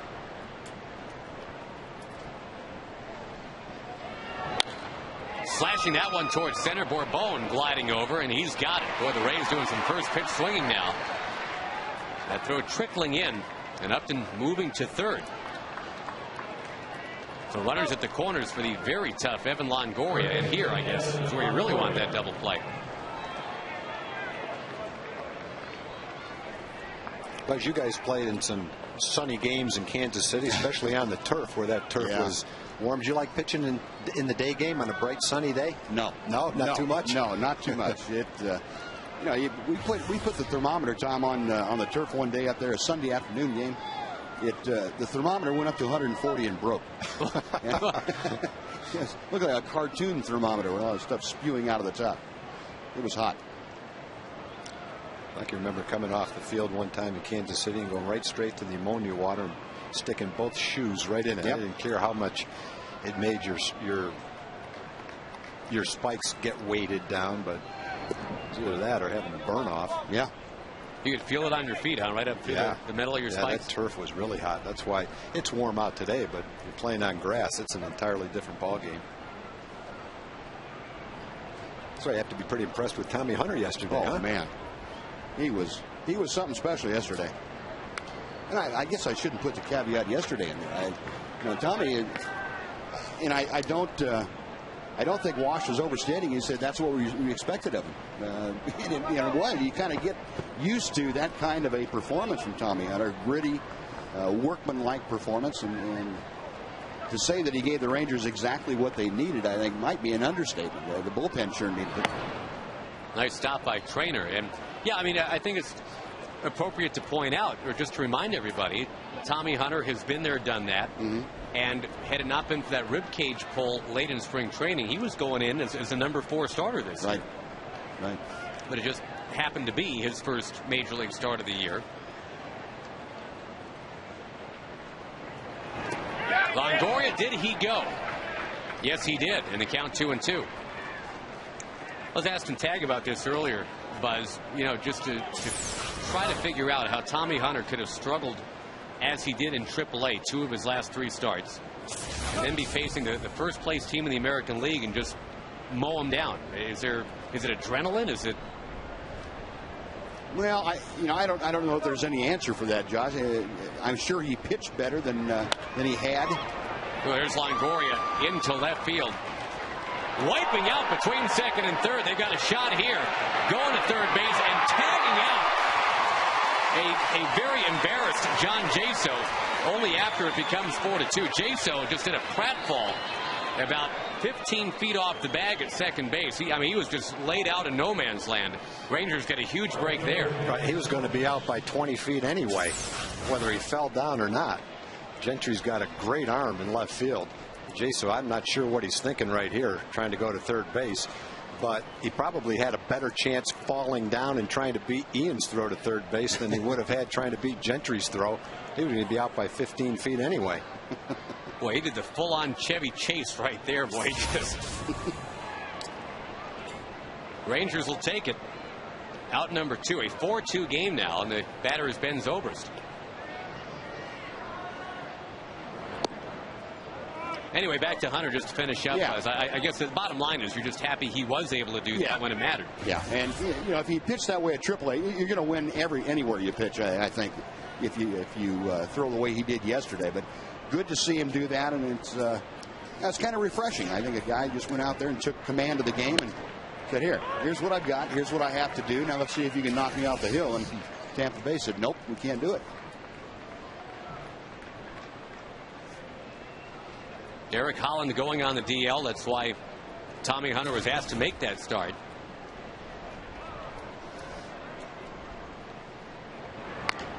After Holland got hurt, he said he texted Tommy Hunter. It was a very simple text. It said, "You're welcome." Yeah.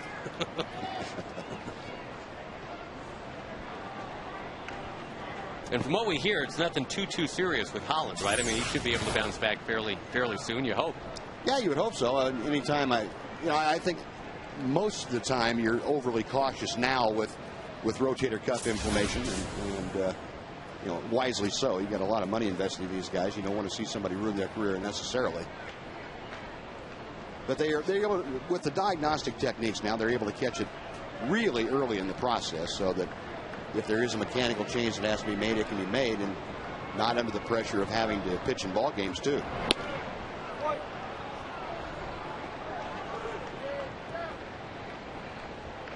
Two balls, 2 strikes account to the Dallas Baptist product, Ben Zobrist. Tampa Bay has scored in each of the last 3 innings to lead 4-2. By the way, if you'd like to ask the analysts, ask something of Steve Busby for after the game, you can text your questions to 57538. The keyword Rangers TV.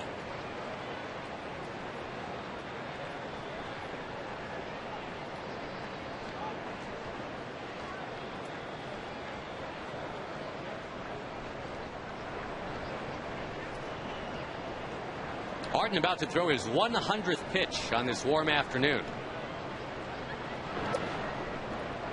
Trader knocks it down. Carlos Pena on deck. The Rangers bullpen will begin to stir.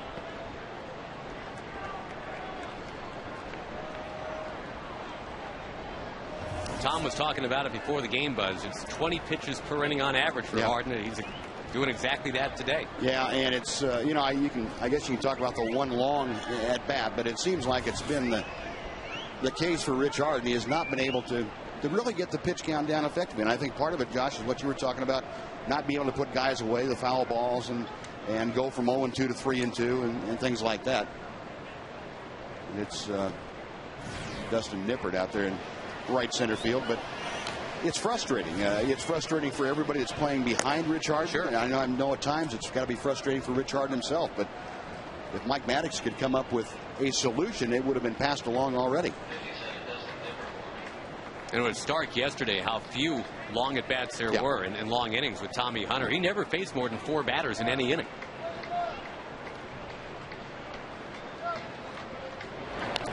I think the other thing when you talk about Rich Harden is the Rangers knew when they made the trade for Rich Harden that he wasn't going to be a 200-inning guy, that he wasn't going to be a 7- or 8-inning guy, that he was probably going to be a guy who threw a lot of pitches and hopefully would be somewhere around 6 innings, not more around 5 innings, be able to throw his 100, 110 pitches and stay healthy all year.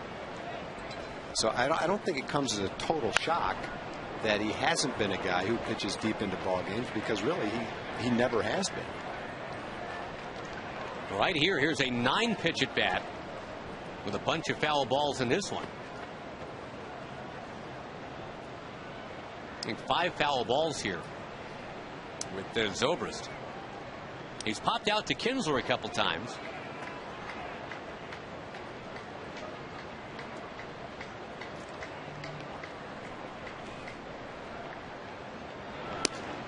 Taken, and it's ball 4.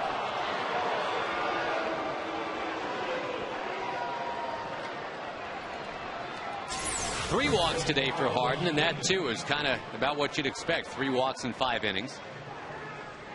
That one could have been the final out of the inning, but it was not called by Chris Guccione.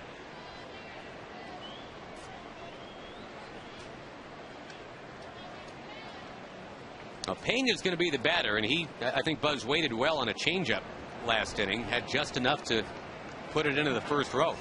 Yeah, and here's a guy who's been struggling mightily in Carlos Pena, but the one thing that he can do is hit the ball out of the ballpark no matter how much he's struggling. We're talking about Tampa's offense at the beginning of the ball game. One of the things that is very apparent is for them to click offensively, they have to get production out of Pena and Upton, two of their best players. And Pena came into the game at 169, Upton batting ninth at 218, and Upton's had led off 2 innings with hits and scored 2 runs, and Pena has a home run. And that's what they're going to have to see for their offense to really click day in and day out. That home run, the Coors Light cold hard blast, just barely over that dump sign. Number 9 this year for Pena, had 39 last year.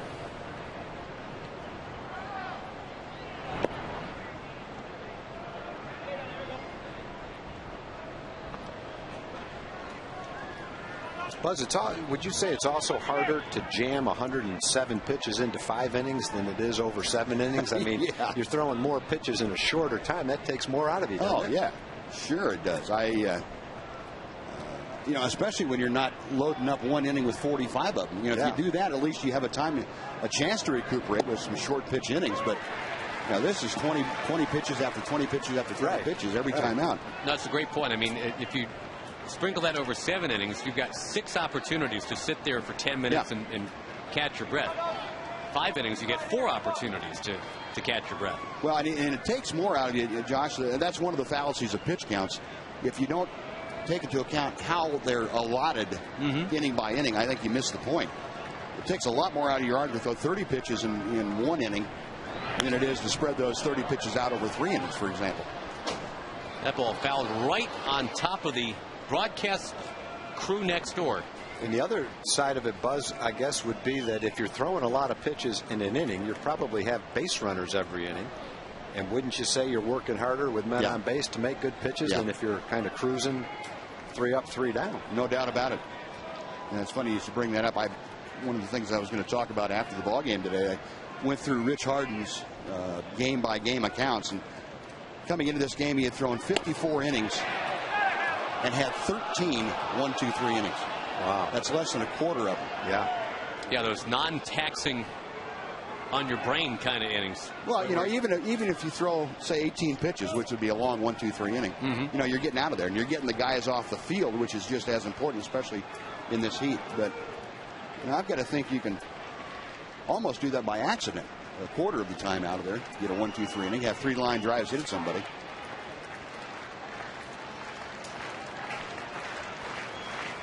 Runners go, and Pena with a foul. Well, this, I think, one way or the other is going to be Rich's last batter of the game. He's up to 110 pitches. There's no doubt he's getting tired. Even Elvis Andrus now coming in. Give Harden a little breather here. Well, yeah, Rich has achieved 14 outs. One of those on the bases. It's taken him 110 pitches to get those 14 outs. 110 pitches, what you want is about 24 outs, right? Get you through 8 innings. Yeah, that's about right. At least 7. Yeah, I think nowadays, 110 pitches, you'd be satisfied with 7. You look at yesterday's game, we've already talked about Tommy Hunter. This would be pitch 111. Tommy threw 117, pitch 9. 9, right.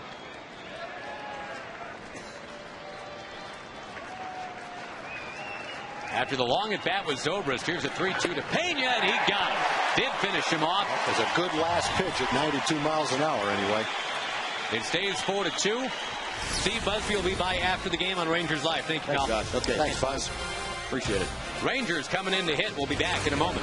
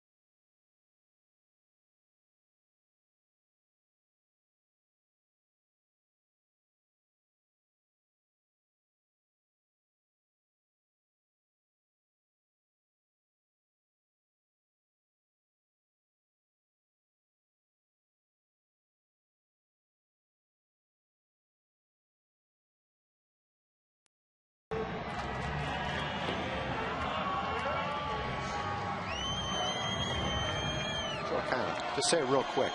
Mexicana. I'm going to say Coca-Cola.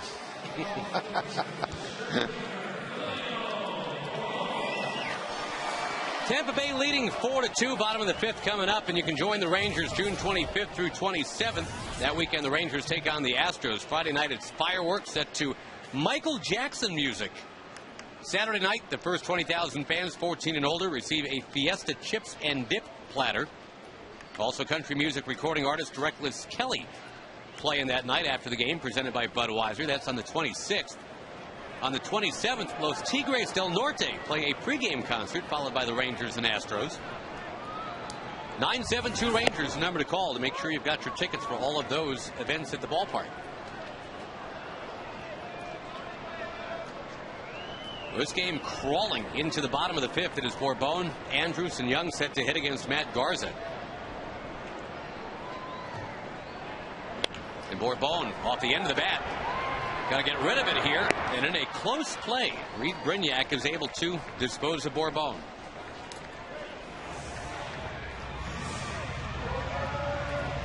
The A's are winning 3-2 over Minnesota in the 3rd. The Angels are losing 3-1 in Seattle in the 3rd.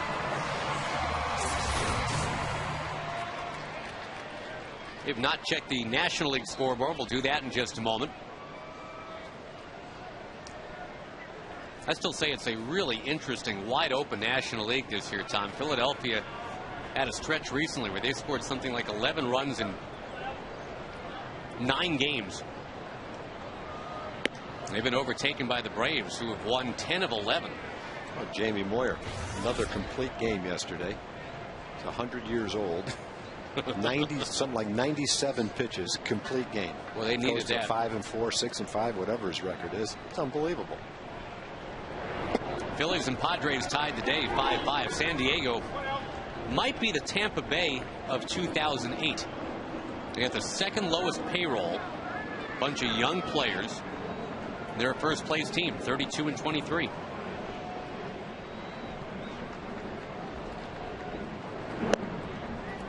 Ball 3 to Andrus. Padres have some competition, though. The Dodgers just a half a game out. The Giants, with their great pitching, 2 back. And Colorado's been a trendy pick all year. They're 4 games out. As long as Colorado's got Ubaldo Jimenez on the mound, they've got a chance. They're the best team in baseball if he's on the mound. Ubaldo Jimenez, the guy that had the no-hitter back in April, his ERA through 11 games tag is 0.78. That is the lowest through 11 starts since 1913. Walter Johnson. Anytime you're in a sentence with the big train, you've done something pretty good.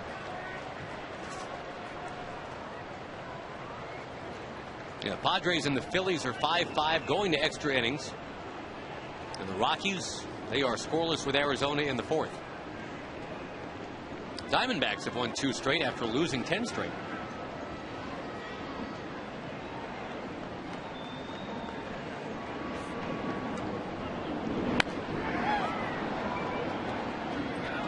Brewers play the Cardinals tonight. It's been a disappointing year for Milwaukee.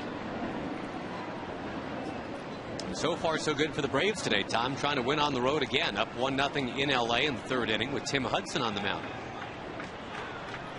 Good season for Tim Hudson so far. Braves have been unbeatable at home almost, 19-6. Right now they're on an 11-game road trip, so we'll see if they can keep that lead in the NL East. In play to Brignac. Firing on the run. 2 nice plays for Brignac in the inning. Brings up Michael Young.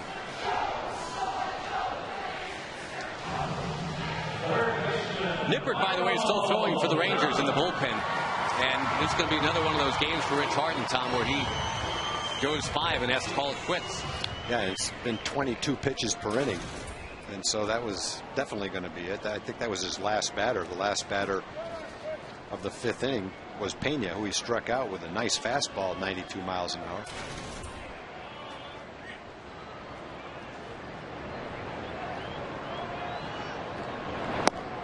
Wave and a miss by Michael Young. Michael's been held in check the last couple of games. In fact, only one hit in this series.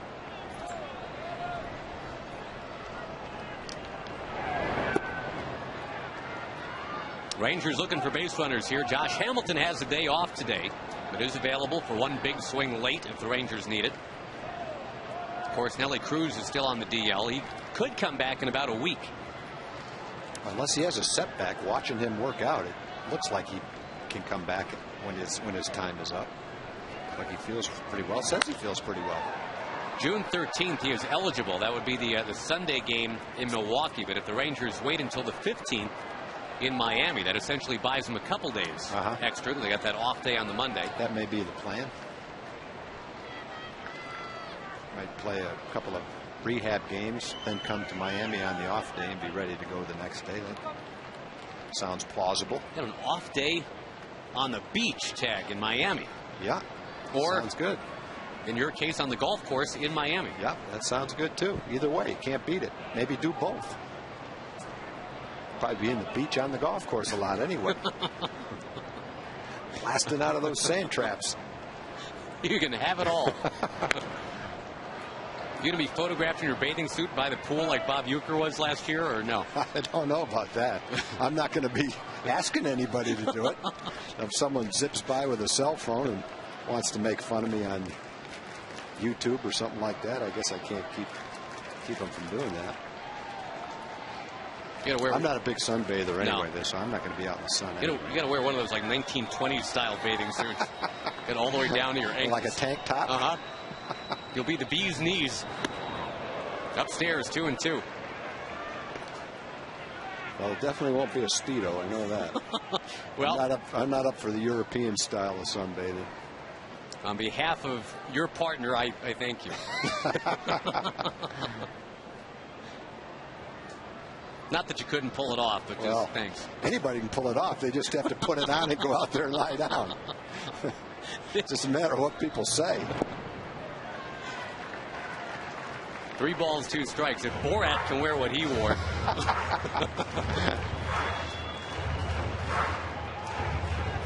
Anyway, that will not be in Milwaukee, I wouldn't think. The Rangers have the 3 days in Milwaukee first. Then they go to South Florida. Then it's on to Houston.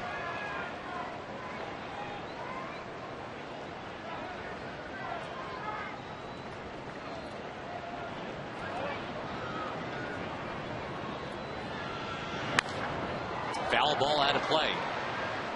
Hey, what about at night in Miami? A little night swimming down there at the beach, a little South Beach action for Tom Green? No? Now, that's when I might be more inclined to, maybe go down there. They've got a nice area where you could grab a little bite to eat and be outside at night after the sun goes down. That might be kind of cool.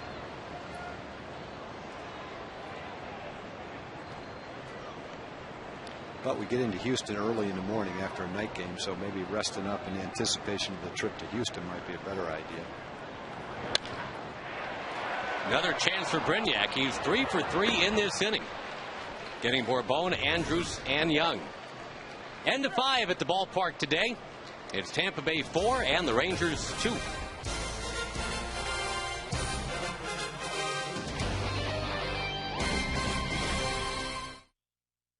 Happening.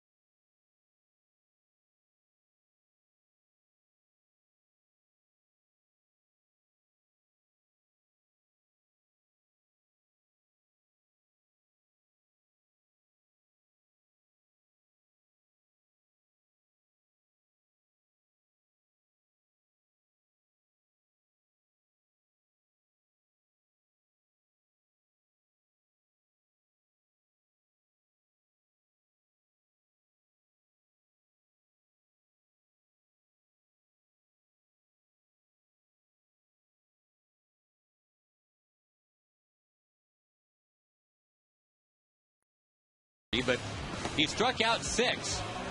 He ended the 4th inning with a couple of strikeouts, ended the 5th inning with a strikeout. But the pitch count, I guess, got to him. 111 pitches, Mr. Grieve, in 5 innings.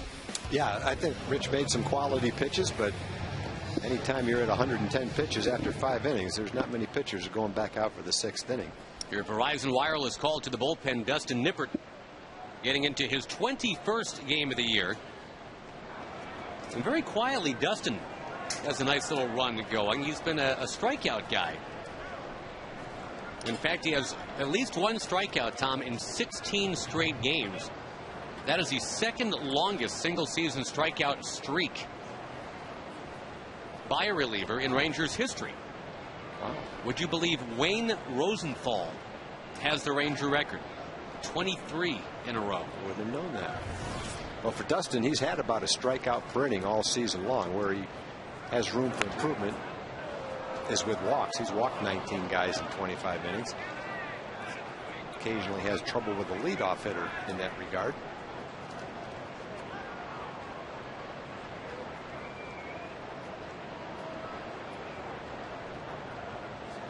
But he definitely has the kind of pitches to be a strikeout pitcher. Got a good fastball, low 90s, occasionally the mid 90s. We saw him with that 10 strikeout game as a starter in 6 innings last August in Cleveland. Last pitch he threw was a good curveball. He also has a real good changeup. You know, Nolan once had a game where he had 14 strikeouts in a 6-inning game. Yeah, Max Scherzer had 14 in 5 2/3. That's right, yeah. A couple weeks ago. For the Tigers.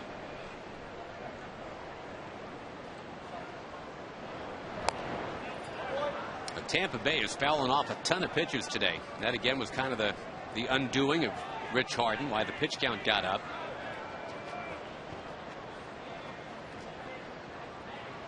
Dustin Nippert, 29 years old. He is the tallest Ranger pitcher. He is 6'8".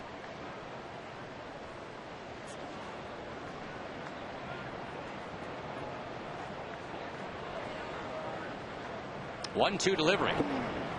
He was down too low. Dustin originally, as we talked about earlier in this game, Arizona property, 15th round pick of the Diamondbacks back in 2002. Dealt to the Rangers right at the end of spring training in 2008.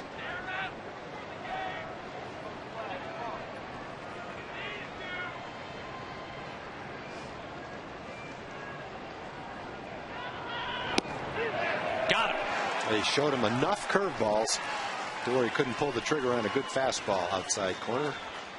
Shopik is the first out of the inning. We go to Mr. Rick Renner. Hey, guys, I want to remind everybody to check out the website at foxsportssouthwest.com. We'll have plenty of post-game reaction to this one, plus an exclusive interview with Bob Stoops of the University of Oklahoma. We'll hear from the Big 12 commissioner with all those rumors out there swirling that the Pac-10 is going to become the Pac-16, taking people from the Big 12. Back upstairs, congratulations on the Cape Cod Hall of Fame, Grieve. I didn't realize that you played minor league baseball. I thought you went from middle school straight to the big leagues. I'm really surprised by that. Thank you, Rick. That's common misconception among my fans. The bunt single for Sean Rodriguez had Michael Young playing back, and Nippert, as we just talked about, at 6'8". That's a long reach to go down and pick up a bunt. By the time he got it, Sean Rodriguez was safe at first. Yeah, with Michael playing back, that was a hit the minute he put it down. Well, here's Brignac, who had the 15-pitch wear you out at bat in the 4th. Brignac's making a little move to become the regular shortstop. At least in this game, but watching him play shortstop, it looks like he's a very good defensive player. Made 3 nice plays last inning. Looks like he's a tough out. Hitting .295 coming into the ball game. They're suddenly very deep at that position, Tom, when you think about it. Of course, Jason Bartlett, when he's healthy, and they had the number 1 pick in 2008, Tim Beckham, took him as a shortstop. To first base, bobbled by Smoke, so the only thing he can do is go to first base and touch up. It's going to be a tough double play anyway. Although they had a chance to get the leadoff hitter if Justin could have handled that last hop. By the way, we're on the subject of the draft. The Rangers and every team in baseball zeroing in on tomorrow. things are happening a little bit differently this year. The first round of the draft goes prime time. So we'll be on the air tomorrow when the Rangers are making that first round pick. I don't know any baseball department that doesn't feel that tomorrow, the day after, is the most fun part of the whole season. Going through the draft, getting your newest group of recruits for your farm system. That doesn't get much more fun than that for the scouts. In baseball, it's so different because, I mean, we're right in the middle of the season. The Rangers are in first place. Tampa Bay's in first place. You don't really feel like calling timeout and just focusing in on the future, because right now you're actually very invested in the present. The basketball draft is during the summer. The football draft is in April. And this is the one sport where right at the heat of everything going on right in front of you, you do have to kind of just pause and say, okay, now today we're all going to wonder about the future. The Rangers have a lot of picks early. Kinsler a long way to go. He can't get it. And that's costly. The Rangers now trailing 5-2. He was shaded over towards the bag. And that ball was, yeah, I mean, Upton simply hit it where Kinsler wasn't. You got a bunt single, a chopper to first that's bobbled. So instead of getting the lead off, the lead runner, he ends up at second. You get the out at first. And then Ian shading way up the middle on a little jam shot ground ball that barely gets into the outfield, and that turns into a run.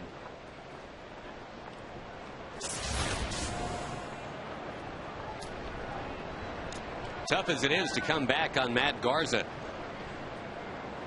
Yeah, that's just kind of working for a run right there. One out bunt single. And eventually Upton just rolling that one for an RBI. Upton 3 for 3 today. They've been hitless in the series.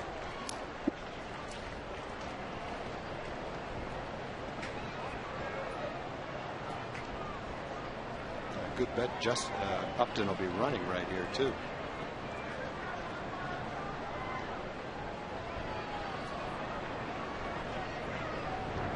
Nippert mindful of that.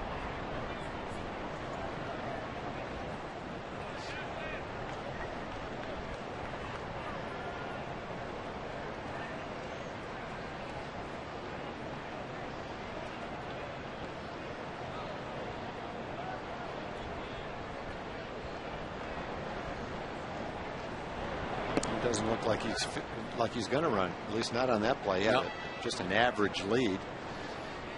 You could almost take a look at him and see that he wasn't going to run.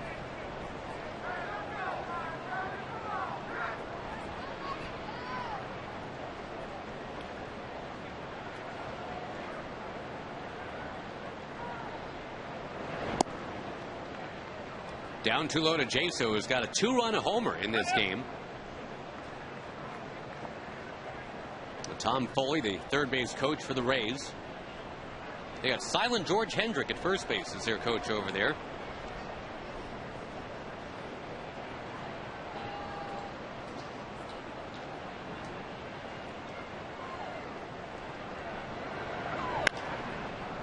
Fouled beyond Mr. Foley down there in the third base box, and running after it, almost getting it. Oh, and look out down there. Gentry went hard into the corner of that wall. But he's going to pick himself up. And thankfully he's okay. Kevin Harmon and Ron Washington both on the field. And Gentry waves him off. The trainer and the manager both came out to make sure. That's a tough play, boy. You can't run and catch that ball without sliding. And by the time he was in position to try that, he was only about a foot away from the wall. It's going in. There's padding on that wall, but that's still hard. When you're going full speed like that, it's like getting blindsided in a football game. Fortunately, he's okay.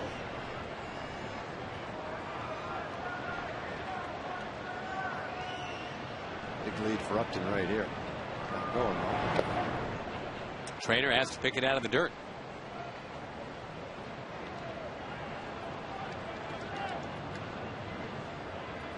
I'm going to give you a note, Tom, about Tom Foley down there, that third base coach. He was an ambidextrous athlete back in high school. He was a right-handed throwing shortstop. He was a quarterback on the football team, and he did that lefty.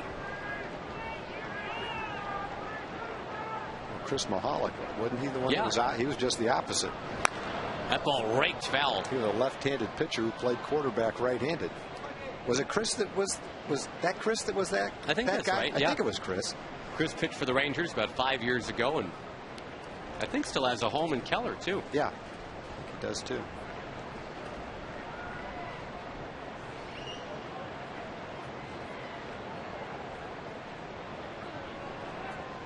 Runner will be going 3-2 with 2 out. The Rays have a run in here in the 6th. And a very leisurely pace to this one today.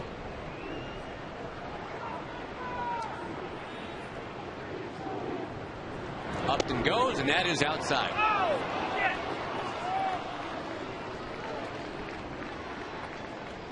Boy, an inning that really doesn't feel like much. I mean, the 2 hits. You had about that 25 hopper from Upton, and you had the bunt from Rodriguez. Now a walk.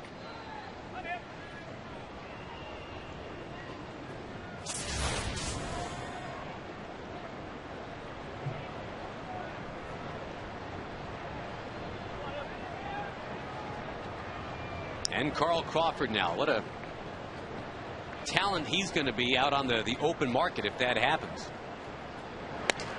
In on him. A nice pitch. Nippert gets him to ground to smoke. That will end the inning. The Rays do tack on 1. They're leading 5-2 at the bottom of the 6th coming up.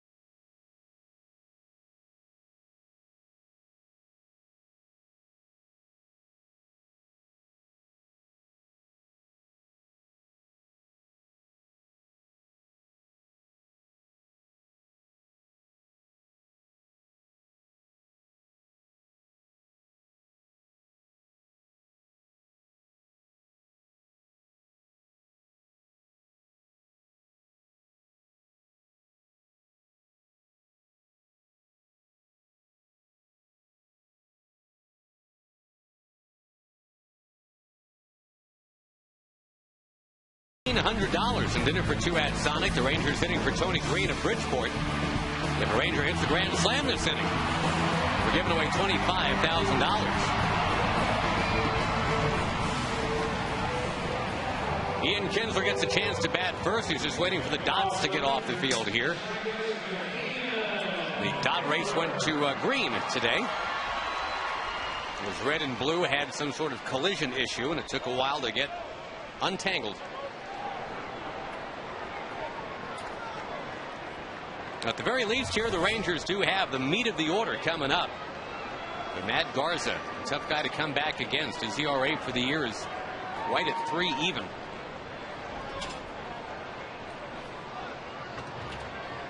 We mentioned earlier, when you look at all the guys in the American League the last 2.5 years, all the starters, and you look at their opponent's batting average, Garza's on top of the list.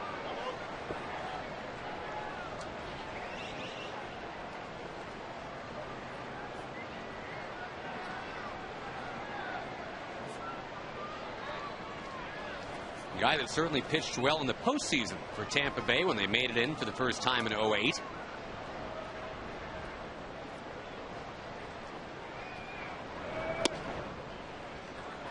Missing down and in here to Kinsler. In that league championship series for Tampa Bay, when they had to win to get in, he won 2 of those 4 games. Gave up only 2 runs in 13 innings. Kinsler, and there's Brignac again. That's 4 straight plays he's made on the Rangers going back to last inning. And he hit that ball well, too. Line shot. Brignac shading him over toward third base, playing him in the hole. Is right in position to make the play. Good game for Ian offensively. Got a line drive to right field on a breaking ball. Worked a walk, a leadoff walk, and scored a run in the 4th. Then hit that shot right straight at shortstop.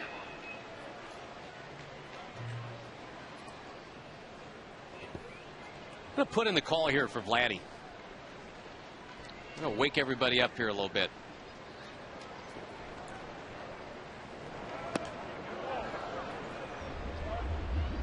Vladdy's got 12 home runs this year, 9 of them at home as you check your forward leaderboard. Paul Konerko had one today, as a matter of fact. 12 of his 17 now. Vernon Wells had one today.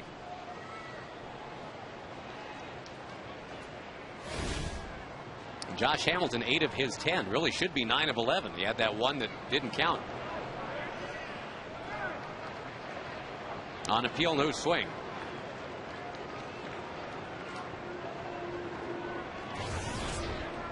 It's funny how much replay has been in the news of late because of the perfect game being bollocksed up in Detroit a few days ago. The hue and cry to have instant replay available for everything, not just home runs. Strangely, that thing with Hamilton, it was available, and that umpiring crew never used it. Of course, until about a year and a half ago, there was no replay allowed at all.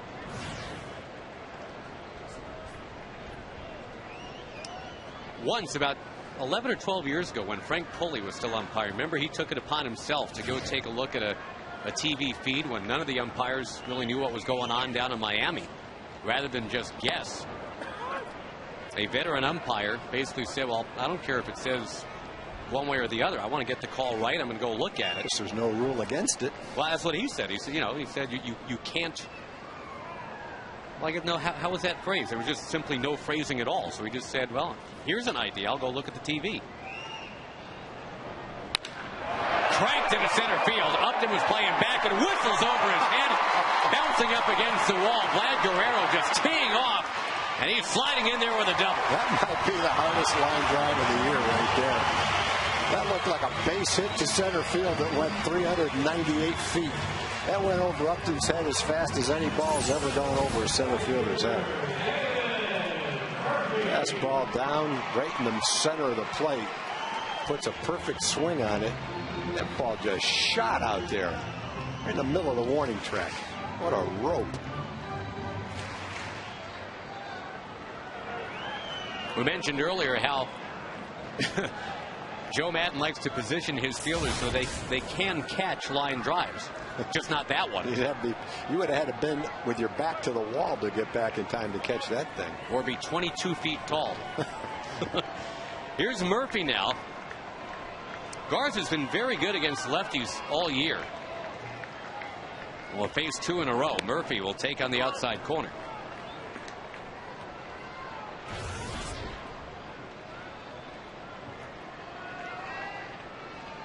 This Tampa Bay team started 32-12. Since then, though, they have lost 8 out of 12. The Yankees have already won today. They're coming closer. That pitch looked like it was a little outside. I know David thought it was. Looked like that curveball curved around the plate. It was, yeah. It would seem to indicate that that's the case.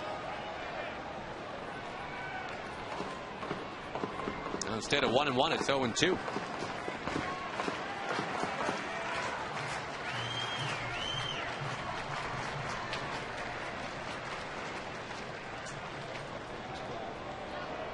That Yankees win today, Tom, they got a great effort from Javier Vasquez. Allowed only 1 hit in 7 innings. Struck out 9. Boston and Baltimore are 3-3 in the 10th. And the White Sox did rally to squeeze one out against the Indians today, 8-7.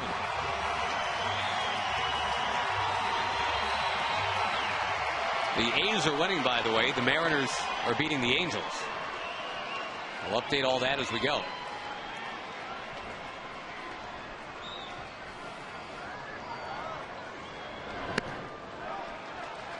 Those Mariners are coming in tomorrow night. And the Rangers will be up against it with Cliff Lee on the mound. Former Cy Young. Well, maybe the best pitching duel of the year was Cliff Lee and Colby Lewis in Seattle. Hits were hard to come by, so were runs in that game. Murphy, a high fly ball to right field. It goes to the track. Back near the wall. It is caught. Just missed, making it a 5-4 game right there. Wow. Guerrero goes to third on a very high fly ball from David. It just didn't quite have the length. Just got underneath it a little bit. Tough pitch. Kind of up and in, slightly out of the strike zone. David gave it a ride and just missed it.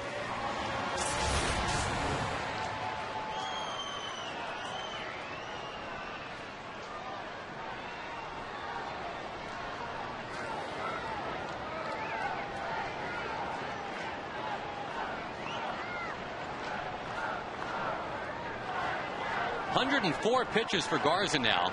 They've had Dan Wheeler up in the bullpen. This might be it for Garza, this sixth inning.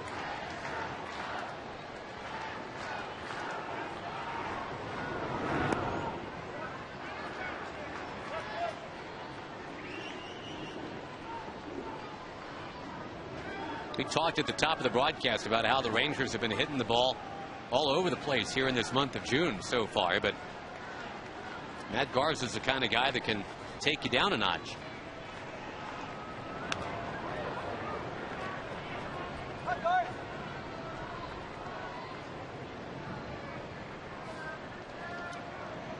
Couldn't do that at the Metrodome, right? No smoking in the Metrodome. No smoking.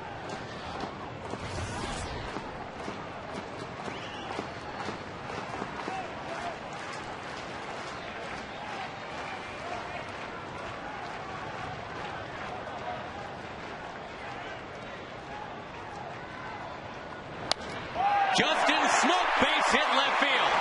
Guerrero trots in, and it's 5-3. That one right where it was pitched, tailing away, a little bit down, just went right with it and lined it over shortstop. Big hit for the Rangers right there. That's going to do it for Garza. Yeah, Smoke going the other way. He's now 10 for his last 22. And the Rangers will have the tying man coming to the plate after the pitching change. Garza cannot get out of the sixth. Rangers back to within 5-3.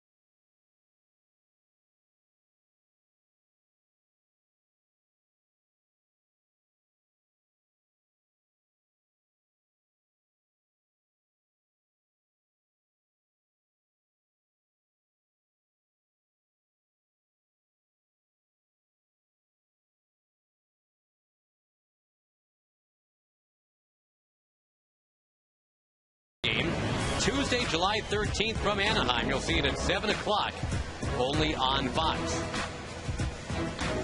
Vlad Guerrero hoping to have a return to Anaheim as a member of the Texas Rangers and on that American League All-Star team. Vladdy having just scored a run on the base hit by Justin Smoke. The Rangers back to within 5-3. And a guy who's already hit a home run today about to bat with a man on base. That's Matt Trainer. And he will do that against a new Tampa Bay pitcher. We'll show him to you in just a moment.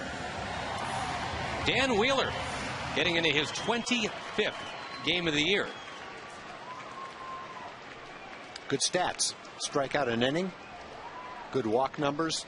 Excellent opponent's batting average, 172. Giving up a couple of home runs. Rangers are a home run here away from tying the ball game now. Keep coming back, but Tampa Bay keeps scoring. They're a pesky lot, those Tampa Bay Rays.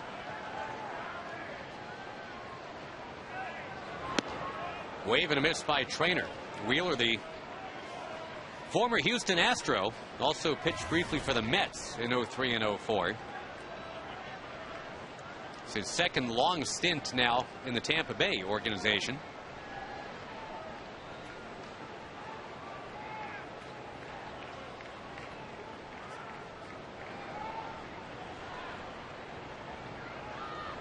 All those games that my partner had to watch his son Ben. And kind of along those lines, the voice of the Tampa Bay Rays will look down there. Dwayne Stats, the man in the mustache. Well, Dan Wheeler's father-in-law is Dwayne Stats. That's right. Is his daughter's name Stephanie? Stephanie, yep. She used to do stats for us in Tampa Bay sometimes when we were there, if I remember right, or maybe stage manager? Statistics, yeah. Statistics, just to make that perfectly clear. Okay.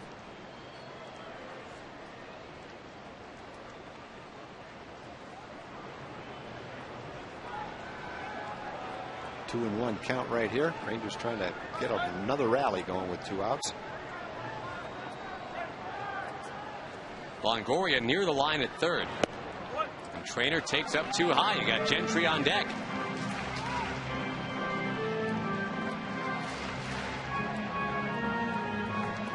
Craig gave one a ride in the 4th inning. Back near the warning track. Didn't quite have enough to get it out.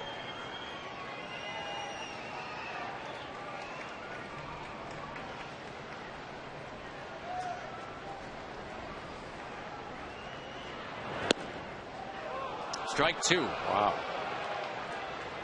Says the Gooch, Chris Guccione.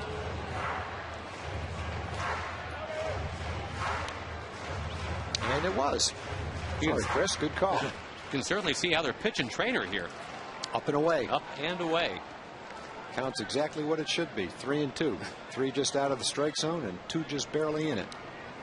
Smoke will get moving now. Wheeler brings the pitch and Trainer fouls it back. I think anything that Trainer does from this point on at the plate, you just got to kind of salute.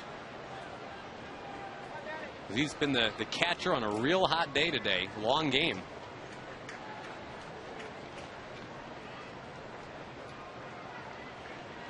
They say catchers sometimes on hot days will lose 7 or 8 pounds. Yeah, I bet they will. Best diet in the world.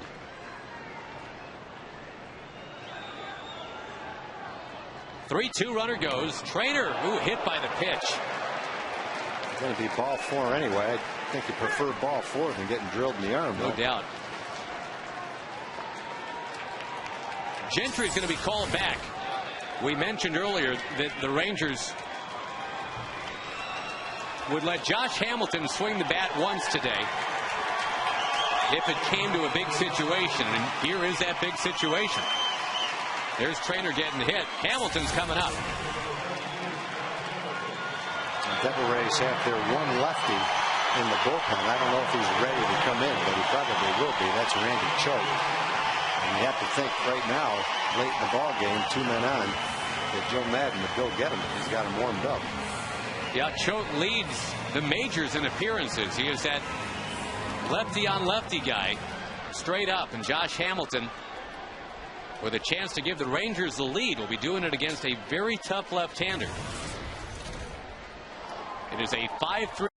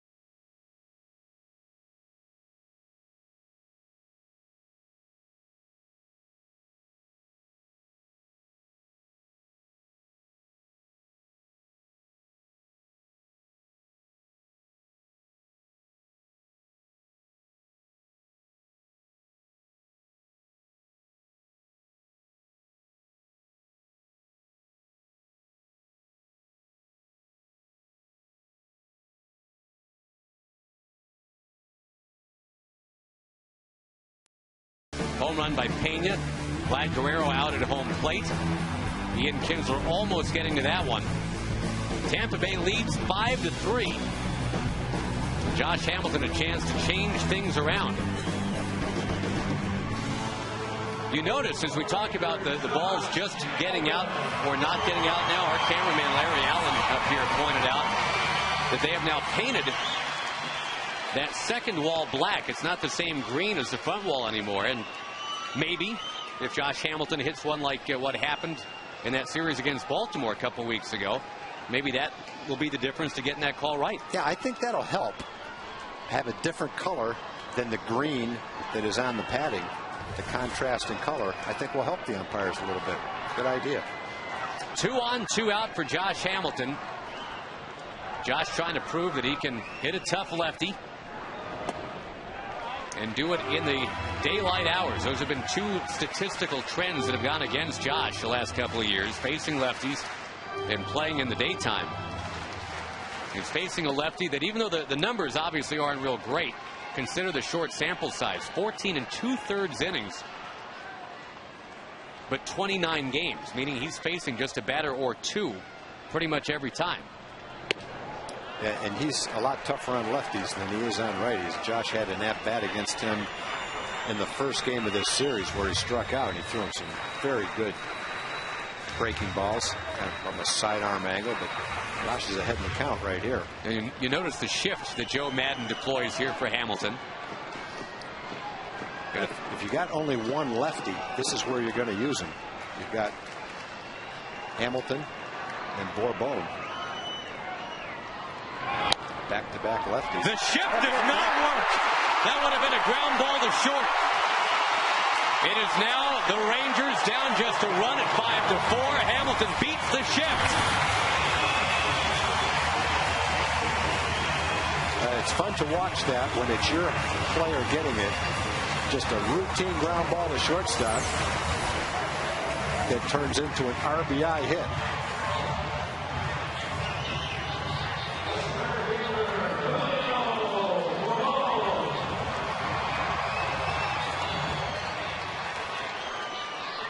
Another Ranger coming up that has to prove he can hit lefties. That's Julio Bourbon. And he comes up as the guy with an opportunity to not just tie the game, but give the Rangers the lead. They're playing in at third, in at first, and Longoria just looked at Pena and made the bunt sign. In other words, saying, watch out for the bunt. Bourbon has laid a couple down successfully in this series. There's a strike. One thing Bourbon can think of, though, if he wants to bunt, you got a left-hand pitcher who tends to fall off just a little bit toward third base. if you bunt it past Pena, the second baseman is not playing shallow. He's playing back. You beat the pitcher to first base and have a chance to get a hit and an RBI. When you've got a guy like Bourbon that makes that bunt, really your only chance is for the second baseman to cheat in. Here's the squeeze from yesterday. Perfectly executed. Yep. David Murphy left just at the right time. Bourbon got the bunt down nicely.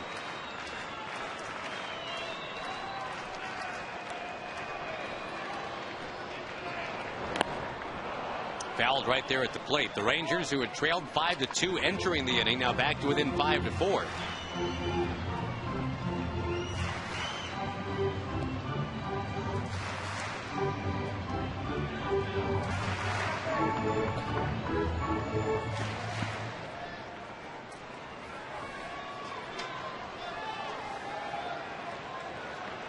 Hits are even, 7 aside.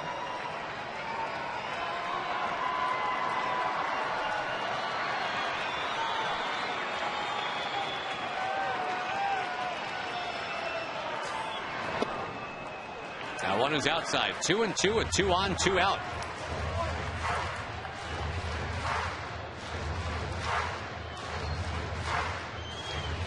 Bourbon with the batting average as high as it's been all year, 259.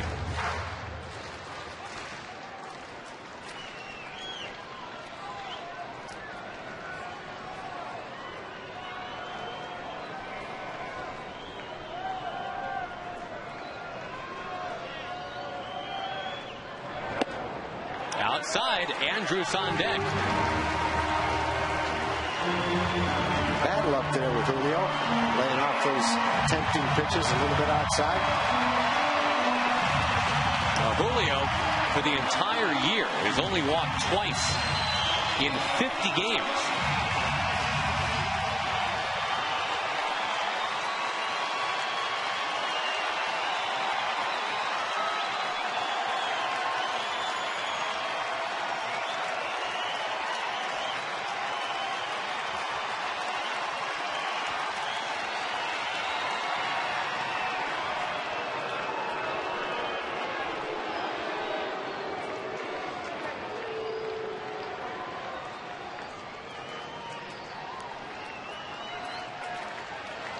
Battle of two first-place teams here, Tampa Bay and Texas. 5-4, 6th inning.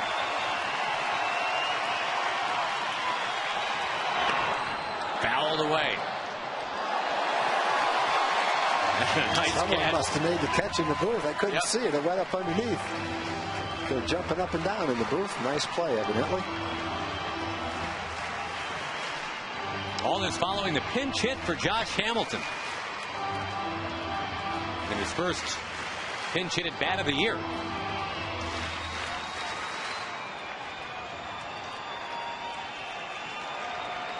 And Hamilton will be running from first with a 3-2 count on Bourbon.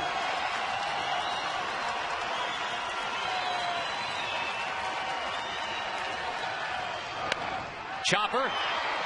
Longoria's got it. The Rangers settle for a 5-4 score at the end of 6, but a nice little comeback brewing here at the ballpark.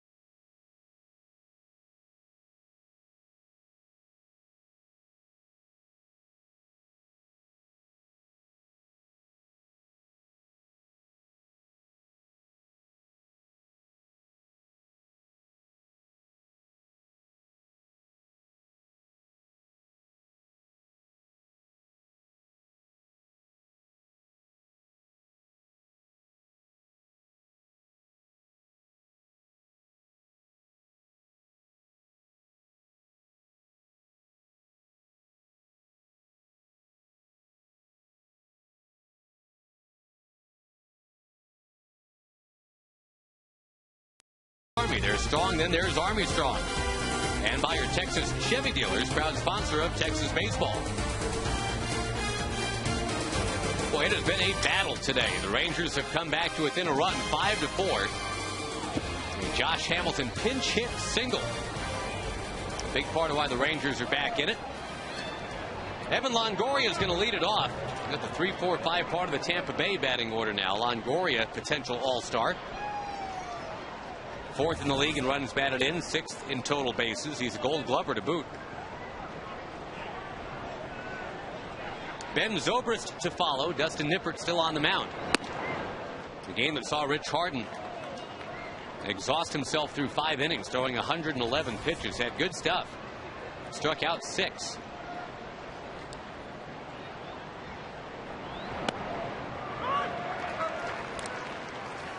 One of those innings, I think, right here, Tom, where you simply want to hold them. Tampa Bay has scored in 4 straight innings now, and you just want to get that psychological goose, I guess, right now, that, all right, momentum's on the Rangers side now. Yep, I think that's exactly what they're looking for.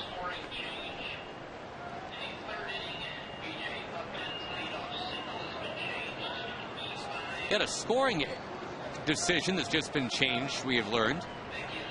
The B.J. Upton single in the 3rd inning is now a Michael Young error in the 3rd inning.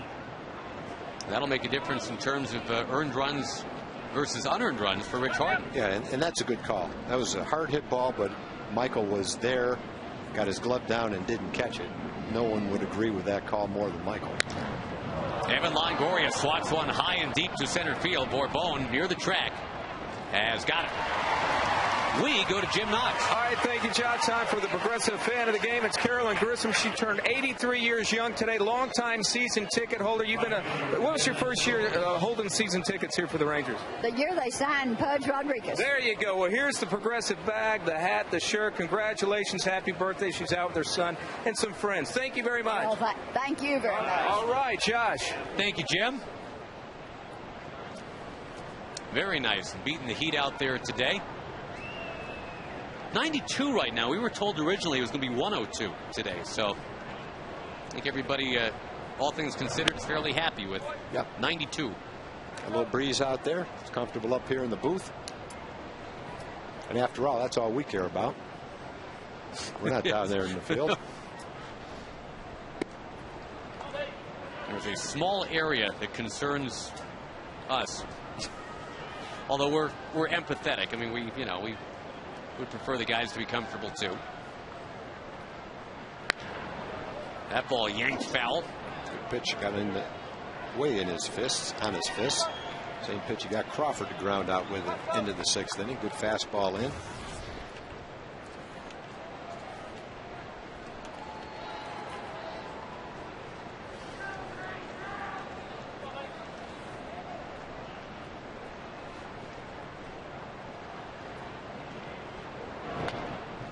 Fouled back by Zobrist, who had that breakthrough year last year.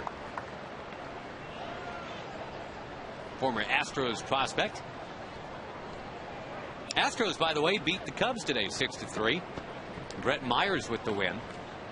And Carlos Lee had a home run.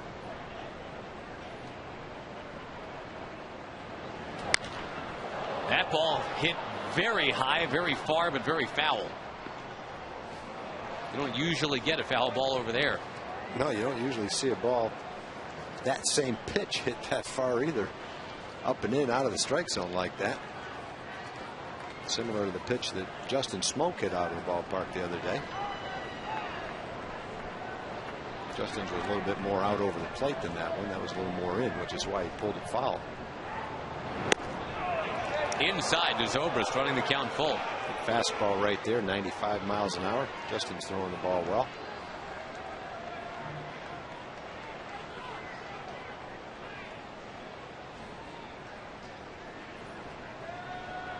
Justin, I said Justin, I meant Dustin. Well, it rhymes.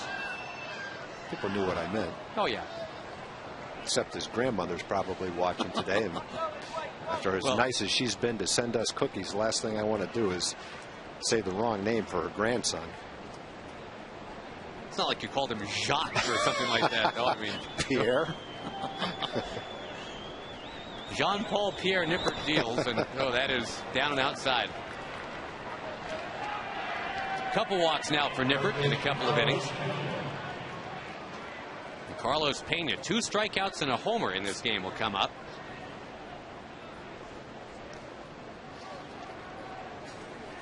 Zobrist has walked a couple of times. He earned that walk. It was a good at bat for him.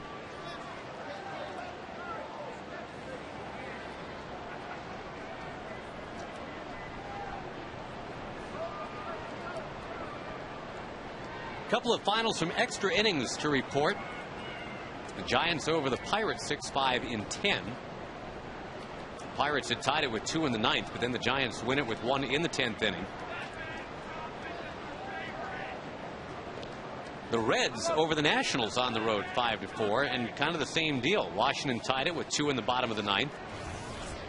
Then Drew Stubbs won it with a single in the top of the 10th. So the Reds now 33-24. They lead the National League in runs scored and home runs. Having a great year from Scott Rowland. Boy, he looks like an all-star this year. Runner goes. Good jump, too. That ball pegged in a right. Murphy was playing shallow, and he won't get it. Just kind of dives on the grass out there. It's first and third, 1 out. That's too bad. That was a good pitch. Dustin got the fastball in on the fists, and Pena just dumped it into right field.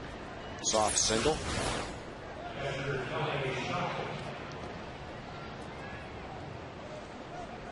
Not your typical hit and run base hit. It's kind of a lob shot into right. Mike Maddox to the mound as Darren O'Day gets up in the Ranger bullpen.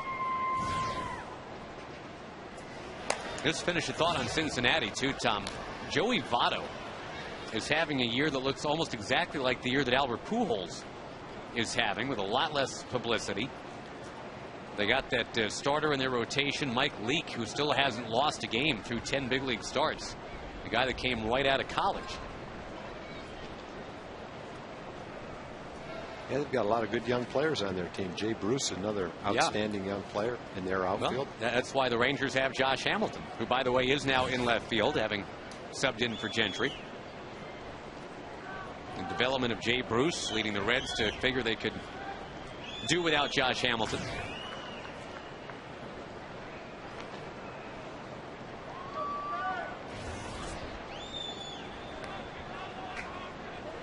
Well, here's where the double play ball would be really helpful. Again, trying to keep Tampa Bay off the scoreboard. The Rays, having been shut out in the first and the second inning, have scored in every inning since.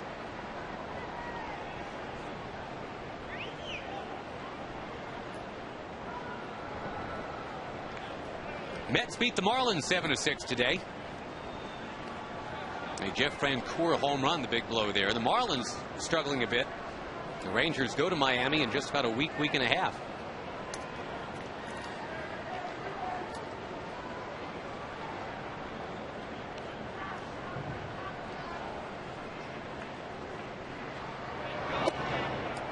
Strike one. Braves and Dodgers now tied 4-4. Former Brave Rafael Furcal, his first home run of the year for the Dodgers. That game's into the 6th inning. And the Padres, in 10 innings, have defeated the Phillies 6-5.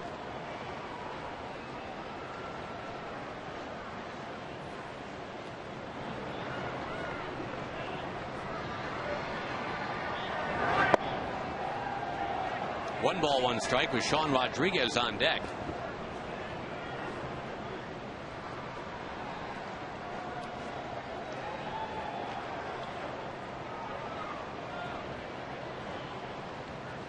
Hits are even, 7 aside. The Rangers have made 2 errors in this game. Made 3 yesterday, but 1. Fastball strike on the inside half. Good spot for a strikeout right here. Man on third, 1 out. Ground ball or a strikeout. Good location with that last fastball. Got it right in on the inside corner.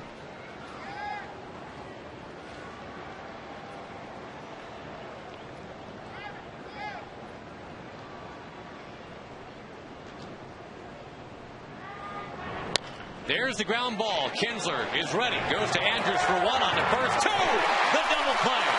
Big double play. And that pendulum does not swing back Tampa Bay's way. Rangers will have momentum going to the bottom of the 7th. At the stretch right now, we'll keep it here for the singing of God Bless America. Rays, the Texas Rangers, and all of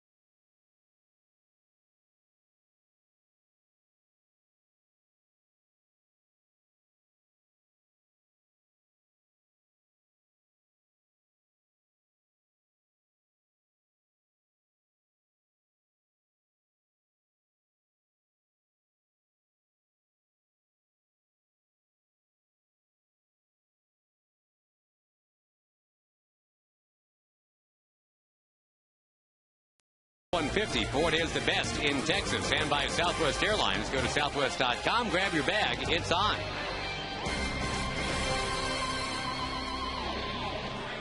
Now the Rangers are to within 5-4 on this very warm Sunday afternoon at the ballpark. Tampa Bay changes it up both on the mound and behind the plate. The 4th pitcher of the day for Joe Madden is Grant Balfour, the native Australian, with a 1.93 ERA, rounding right back into the form he showed in 08.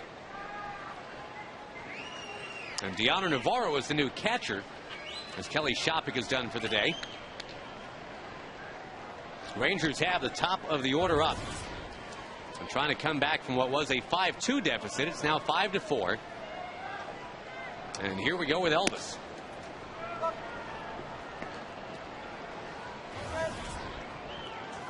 Balfour, the one-time Minnesota Twin.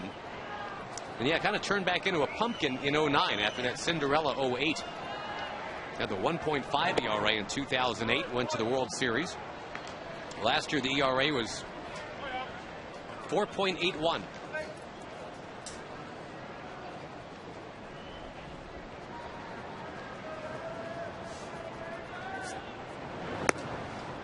Up and outside.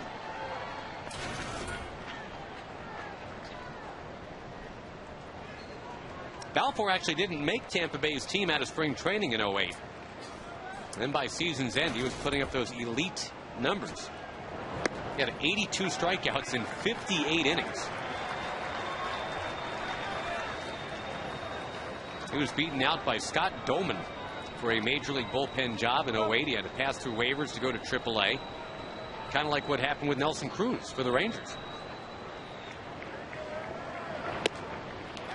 Whoa, Elvis thought he had the walk. It was a pretty good bet that Elvis was going to be taken right there, 3-1, making Balfour throw a couple of strikes. Looked like that ball had a lot of tail to it. Did it tail a little out of the strike zone? Yeah, maybe. Something an umpire has to contend with, just like a hitter has to contend with it. We were talking earlier about why Zobrist plays shallow in right, and there he is to just kind of take one step and grab that liner off the bat of Elvis. Yeah, and I think, with a hitter like Elvis, it stands to reason that you might play a little more shallow, especially if that's your philosophy, to take line drives away, and he definitely did with that one playing in that position. But you play the percentages, and obviously the Devil Rays feel playing that way works to their advantage. You'll take away more than you give up. But with David Murphy up and a man on base, to play that shallow in right field might be a little bit risky. Hasn't hurt him yet, though.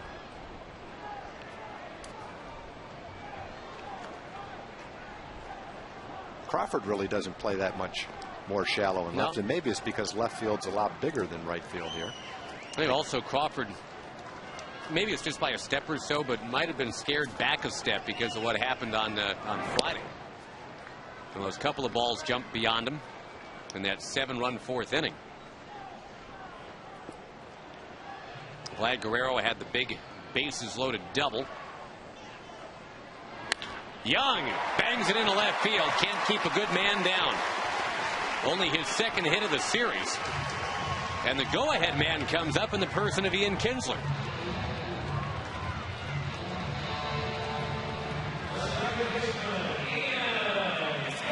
Whoever wins this game is going to win a pretty good battle. This team's just going back and forth, inning after inning. Not that it's an extravagantly high-scoring game, but a lot of stuff going on every inning. Very few 1, 2, 3 innings.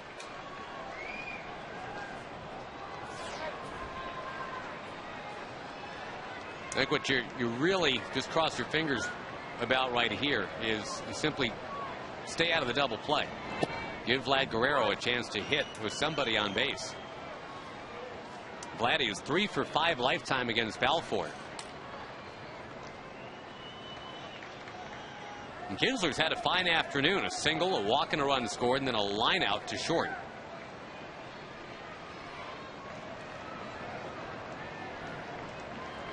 A lot of room in left center here for Ian. Crawford kind of playing towards that left field line.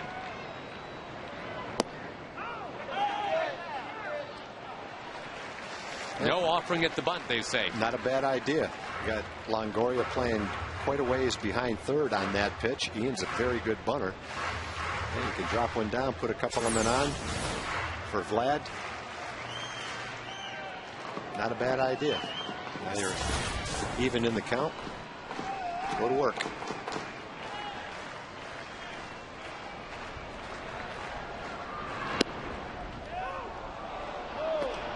That swings it to 1-2 instead of 2-1.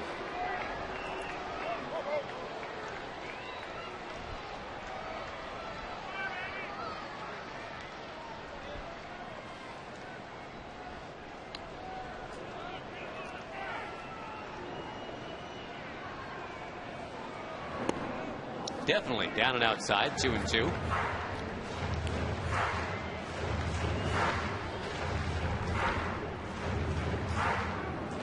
Rangers led this game briefly on a Matt Traynor home run back in the second. Tampa Bay has led ever since the John Jaso home run in the third. Up and outside, Vlad on deck. Do you send Michael Young? I think you consider it for sure. Stay out of a double play. Balfour's only walked 4 guys, so you feel like he's going to throw a strike. Feel like Ian's going to put the ball in play. So yeah, to answer your question, I think Ron Washington will consider that.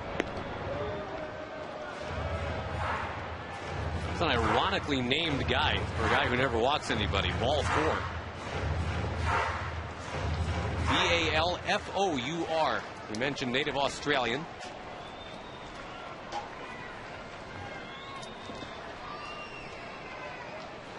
There goes Michael Young, and Kinsler pops it foul back this way. A good pitch to foul off. It was a tough pitch, up and in a little bit, jammed him. A good swing at it. Didn't necessarily hit it off the good part of the bat, but you spoiled it. Now wait to get a good one to hit. Throw a little bit more out over the plate and rip it. A big gap in left center field. Crawford's playing over a little bit. A lot of room over Zobrist's head in right field. He's playing very shallow. Probably as shallow or more shallow than any right fielder would play in. There goes Young. Kinsler fouls it to the right.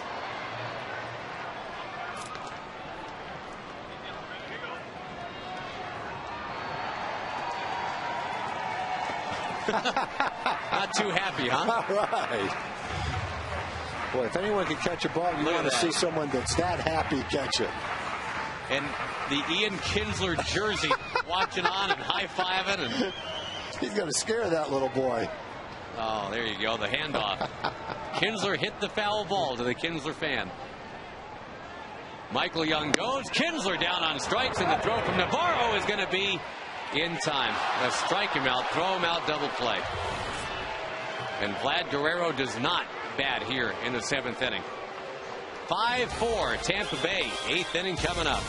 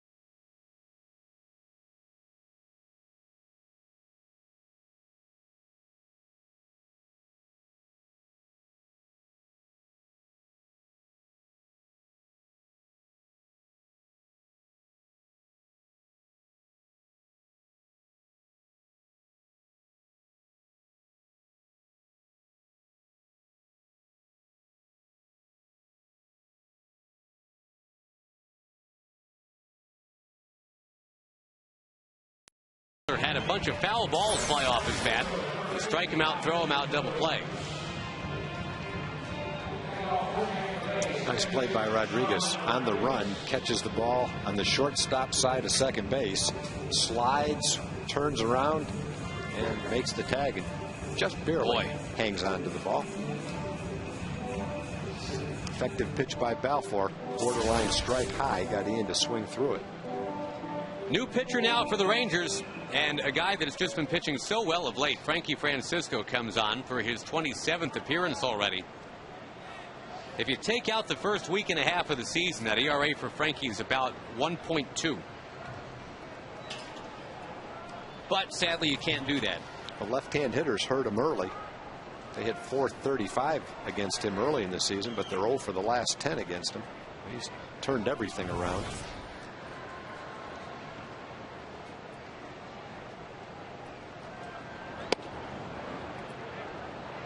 Reminds me of the line that the late, great Richie Ashburn used about one of the Phillies players talking about turning his life around. Used to be depressed and miserable. Now he's miserable and depressed. The 1-0 to Sean Rodriguez is fouled back this way.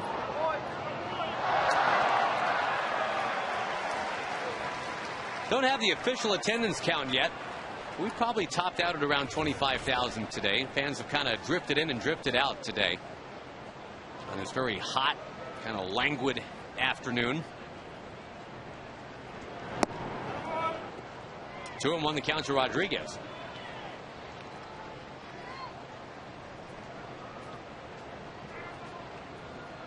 At the bottom third of Tampa Bay's batting order, the Rays have had a tough time winning here in Arlington the last few years. Those have been the good years for Tampa Bay. When they were not good, they actually did win some games here, and now they've been good. And this has been kind of what Mark Holtz used to say about Old Exhibition Stadium when the Rangers played in Toronto, the Voodoo Palace.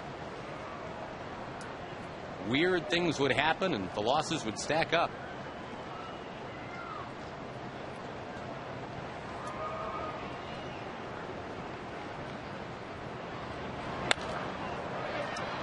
Another ball fouled back.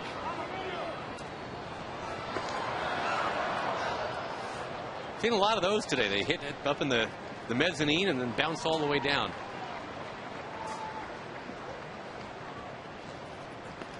Chance to catch your foul balls tomorrow and come root the Rangers on when they take on the Seattle Mariners tomorrow night. Joe Madden's team heading out after this one, going home.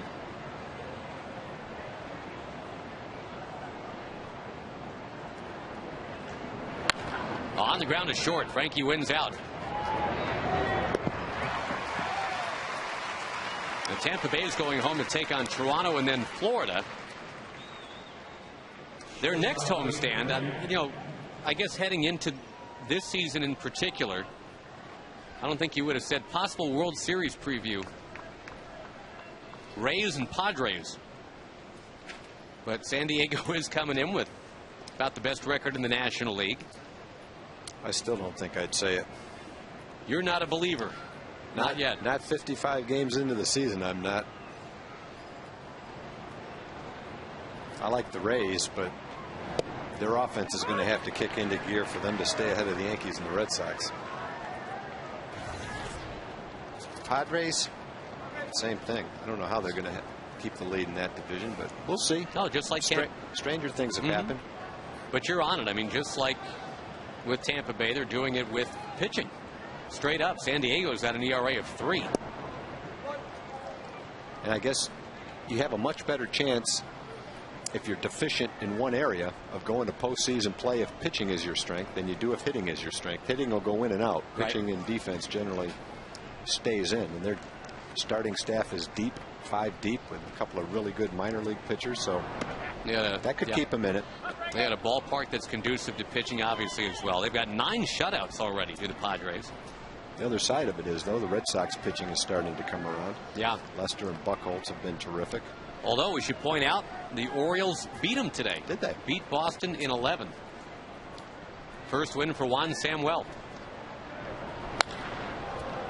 Down the right side foul from Brignac. The Red Sox were 6 or 7 games under a while back. Now they're 8 games over, including today. You have to feel like the Yankees or their overall ball club is going to continue to be strong. Well, a lot of close games today. I'm just looking around the scoreboard. You had a 4-3 game, 8-7,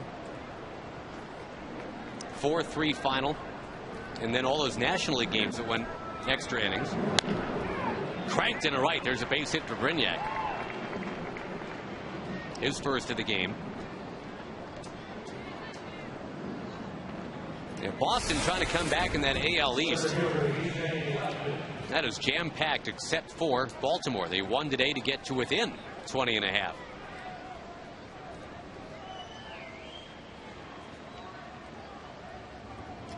National League, Tom, you had, let's see, 1, 2, 3 games decided by a run in extra innings.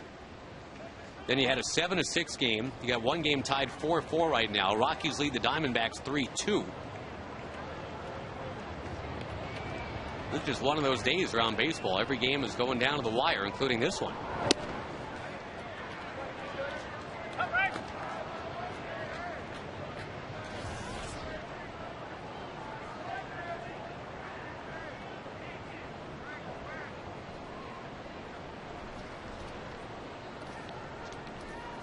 Upton has been on base 3 times. Runner goes, and a tapper in the left field, a base hit. Hit and run perfection for Tampa Bay. The number 9 guy has been up 4 times and on 4 times. That's the exact same thing as the 7th inning. First batter made an out. Next batter got on, hit and run first and third. Rangers got a double play last time. Need to do the same thing right now.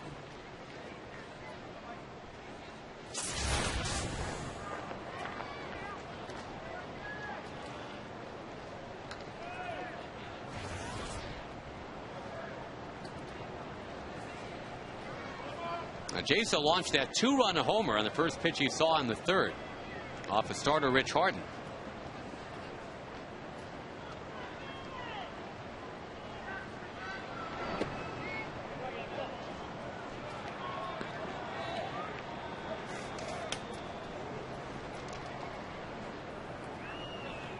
Been a while since Frankie's given up a run. 12 straight scoreless outings. But just might need his old friend the double play ball here to keep that intact.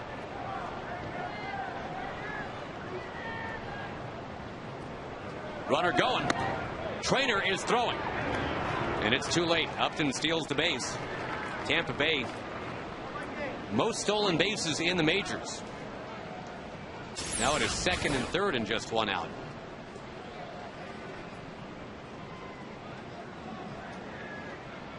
That's number 17 for B.J. Upton. The infield now forced to come in for the Rangers.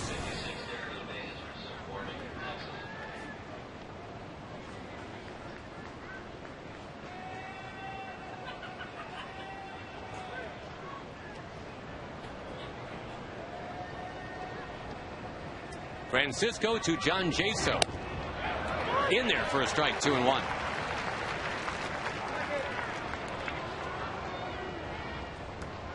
Got the tough lefty on deck, Carl Crawford.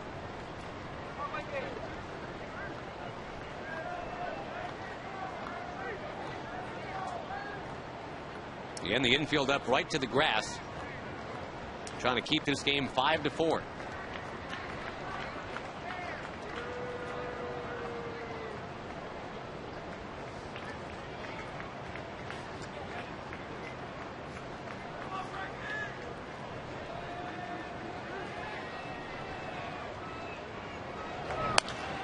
With the infield in, it's punched right over the head of Kinsler. 1 run is in. 2 runs are in. Tampa Bay is now up 7-4. Boy, what a day for Jaso. 4 runs batted in. Only the 2nd time he's ever batted leadoff. And that run of greatness for Frankie Francisco is at its end. The first game where he's... Jaso hit a tough pitch, too. Went down and hit it with the infield in. Just had to get it over Ian's head. And he did. Didn't hit it that hard, but he hit it effectively. Now the double play is in order here. Trouble is Carl Crawford hasn't hit into one all year.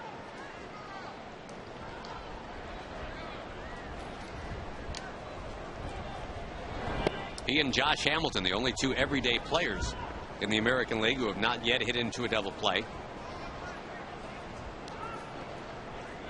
That's a really telling stat with Josh. I mean, he's hit a lot of ground balls this year, and we've learned today that he's been fighting that bad knee.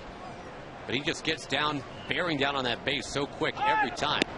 Runner goes again. Trainer's throw, not in time. It's short hopped, and they're going to say Andrews did not make the tag. Ron Washington out to argue. Didn't look from here like he made the tag, but we don't have a very close view of it. Wash has already been tossed once in this series for arguing whether or not somebody was safer out at second base, and he is arguing right now. Nice play by Elvis, who had to come across the bag, catch the hop. Let's see if we can tell if he makes a tag. Not on the shoulder anyway, it didn't look like. Didn't look like it.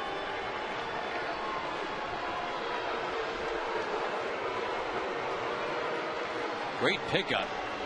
I don't think he ever touched him, to be honest with you. Kind of looked like he just kind of flew right by. Yeah, if you're going to argue, you have to argue when you've got a good argument. Make the manager come out like that. Unless there was something there that we didn't see. It didn't look like he touched him.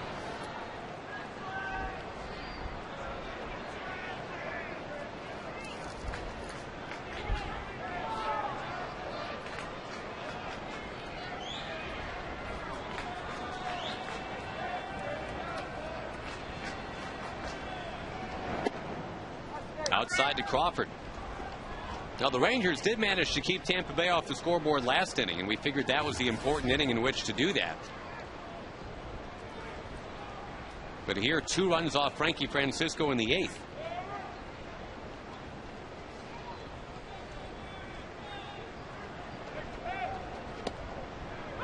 Tries for that outside corner again, and this time he got it.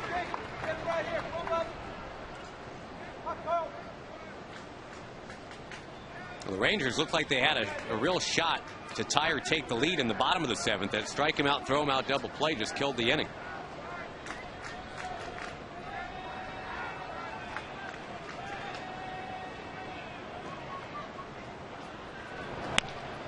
Crawford lines it foul right off the very top of the Ranger dugout. C.J. Wilson was ducking.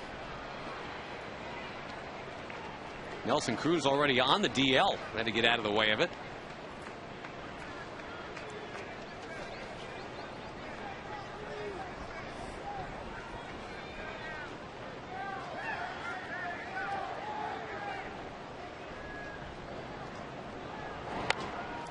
Flicked into the crowd.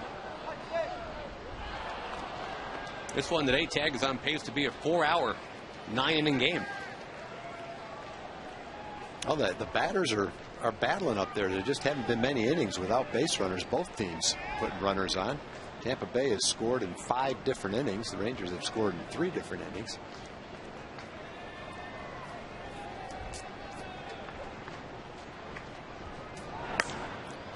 Yeah, there have been base runners in every half inning except for one. That's the inning where the Rangers grounded out 3 times to Reed Brignac at short. Haven't been many early in the count outs either. There's been a lot of long pitch outs deep in the count, a lot of foul balls. So probably for both teams, if you group it all together, a lot of long at bats today. Took a while, but finally Frank Francisco strikes out Crawford. That'll get a lot of people out right there. Make that 93-mile-an-hour fastball tailed down and away toward the outside corner. And he just threw that ball right by Crawford, fooled him. Longoria's coming up next, and Ron Washington going to want to make a pitching change. Well, it's 25 pitches for Frankie, and I don't think Ron wants him to throw any more pitches than that. That's a pitch count thing right there. Darren O'Day will be summoned. It is 7-4 Tampa Bay.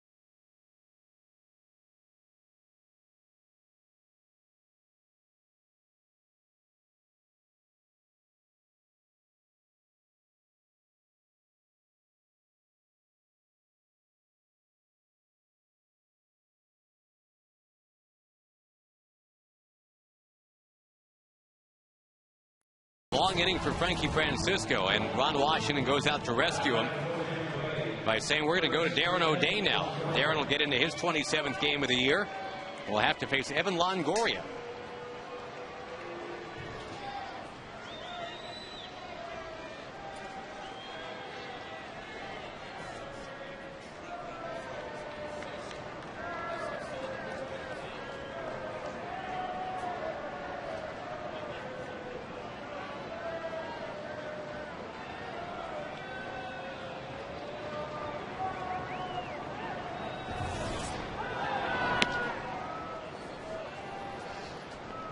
Longoria had an RBI single back in the 5th. Up to 44 runs batted in for the season now. Getting close to Vlad Guerrero for second in the league.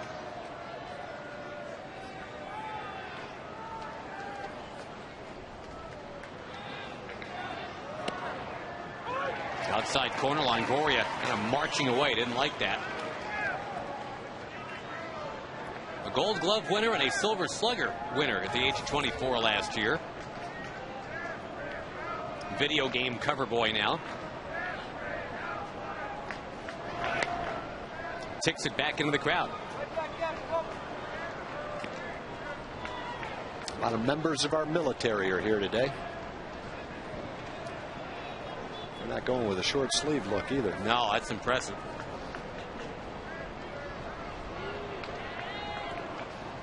One and two, and O'Day trying to finish off Longoria.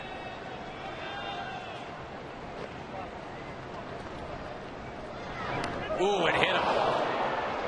Well, he's looking for something away. I think he's anticipating out over the plate. Not necessarily leaning into it, but it just makes, when you're anticipating something away, it makes it hard to get out of the way. And if you're anticipating something in, I think you get out of the way of that pretty easy. But he kind of froze, I think, because he was aware of the outside corner. And hopefully he's okay. You don't want to see anybody get hurt. Dangerous part of your body there too, the wrist, the hand. Looks like he's okay, but we'll see. Ben Zobrist has walked a couple times and popped to Kinsler a couple times today. A very important guy to get right now. Keep the Rangers in range at 7-4.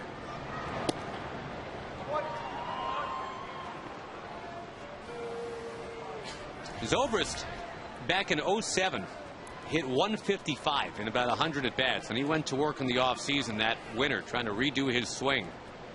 Figured out how to use his legs and hips together to create some torque. And things really took off. That is a foul ball. Oh, too bad. It was a beautiful play by Justin. Jerry Crawford, the first base umpire, there to make that call. Son of Shag Crawford, who umpired in the National League for more than 20 years.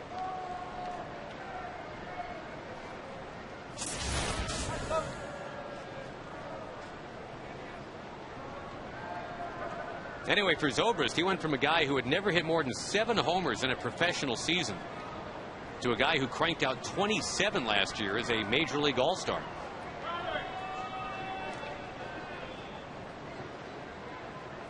They now call him Zorilla. Combination of Zobrist and Gorilla, apparently.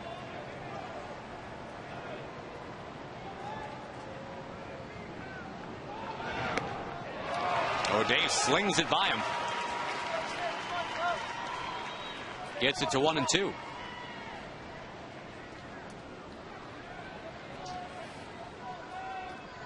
Out of Dallas Baptist, Les Lancaster and Darren Hall blazed that trail way back when. Now there's a bunch of guys who have made it out of Dallas Baptist.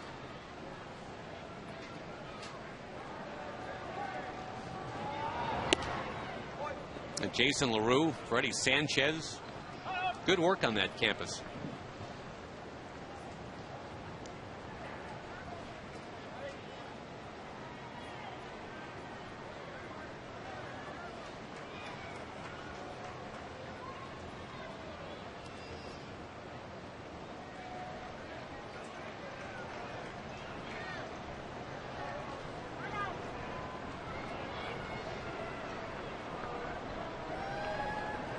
The Rangers will start the bottom of the 8th with Vlad Guerrero.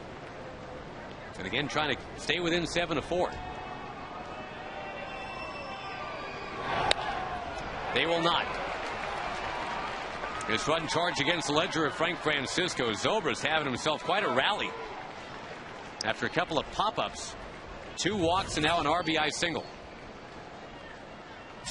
This ends up as the biggest inning of the whole game for Tampa Bay with 3 runs in. Looks like that slider came back. I think he's trying to hit the outside corner. He almost did, but it got enough of the plate for Zobrist to get good wood on it. Hit it on the good part of the bat, line it into right center field. Pretty good rally right here for Tampa Bay. Carlos Pena will bat, the guy that swept all of 2007's Comeback Player of the Year awards. Then in 08 won a Gold Glove, led the Rays in all the power categories. Was a force all the way into the postseason.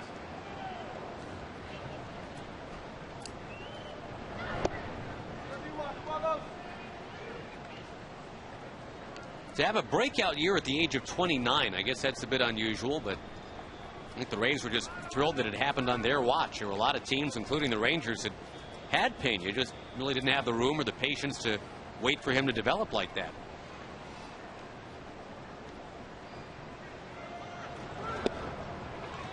And it wasn't like the Devil Rays made an investment in Pena, feeling like he was going to be that kind of a player. Kind of a no-risk acquisition that Carlos turned into a bonanza for Tampa Bay. They got him right when he blossomed.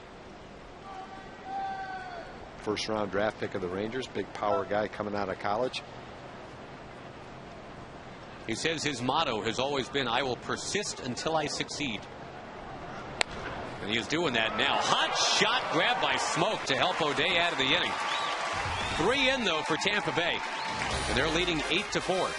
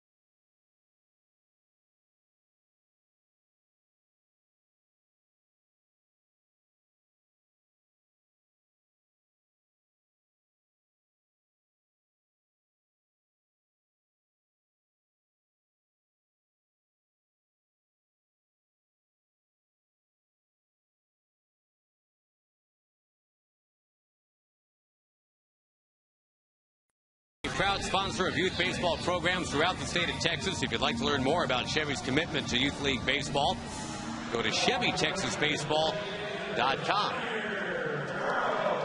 Crowd started out today at close to 27,000, 26,932. If you had that in the attendance lottery today. Crowd has dwindled with the warm temperatures. A long game today.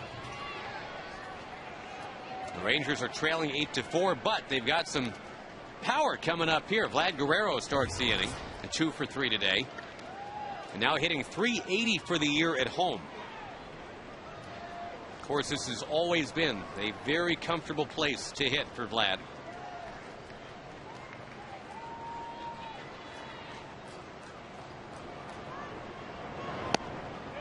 The all-time record for highest batting average by a Ranger at home in one season. It wasn't at this ballpark. It was at the old one. Al Oliver, back in 1980, hit .385.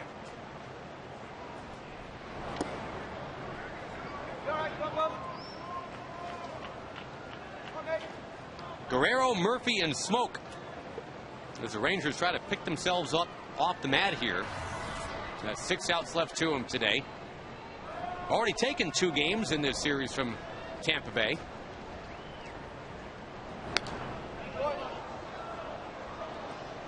Boy, the sweep. That sounds better, though, than 2 out of 3. Going to have to fight back to get that done.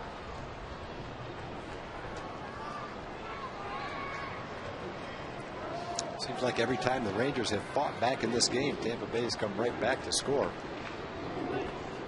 Been able to get within 1, but no more.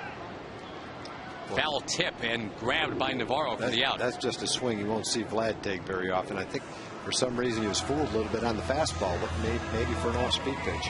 With 1 out, we go to Dana Larson. Well, guys, everybody stayed with us this long. What's another half hour? It's Rangers Live coming up right after the game. We'll have post-game reaction and analysis to this finale with the Rays. Also looking ahead to the series with the Seattle Mariners. The Rangers will face their ace, Cliff Lee, in Game 1. And also great insight into the draft with Jim Sundberg. Jim will be in the war room for the next 3 days. We'll talk to him about that and much more coming up right after the game, guys. Yeah, thank you, Dana. We're coming up on a very cool time of the year. The draft this year is spread over 3 days instead of 2. Give us all plenty of time to look at it, and the Rangers, of course, in a great position this year, just hoarding draft picks early in that draft.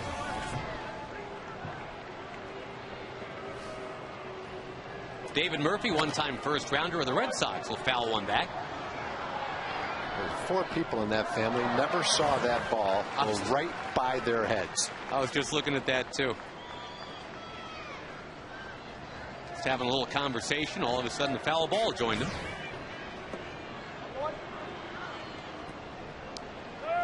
Yeah, tomorrow night, when the Rangers are taking on Seattle, I would guess sometime in the first inning, or maybe the second inning, the Rangers will be on the clock. First round of the draft tomorrow night. Well, usually in the draft, you have a pretty good idea based on the experts. Baseball America does a great job predicting the first round. Jim Callis is probably one of the best at it. But there's usually a pretty good idea who, say, 7 out of the first 10 kids are going to be in the draft. Maybe not the exact order, but you usually know who they're going to be. Just doesn't seem like this year's the case after Bryce Harper, who most people think will be the first pick. Strike 3 taken by Murphy. It's like there's probably 15 or 20 guys that could go in the next 10 picks. We'll chronicle what's going on starting tomorrow night. Well, that's 3 straight Rangers who have struck out now back to last inning. I don't think David could have reached that with a bat and a half. Maybe a bat and a quarter. Bat and a half sounds like a Dr. Seuss book. Yeah, it does.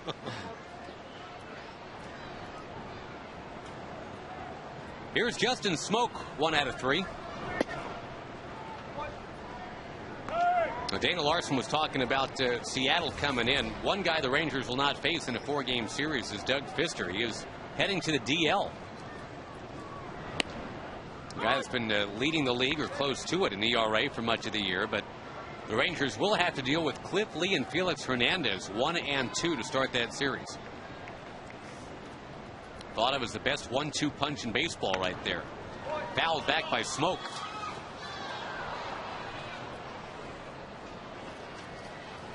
The Rangers are 5-1 this year against Seattle. You know, early in the season, the best 1-2 punch has probably been Jeff Neiman and David Price for Tampa Bay. They're 13-2.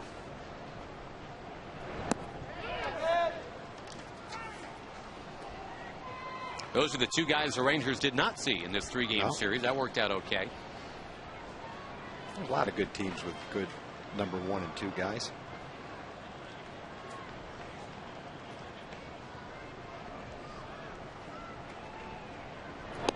Taken, and there is another strikeout for the Tampa Bay Rays. Grant Balfour doing a real nice job. We're at the end of 8. The Rays 8. And the Rangers fourth.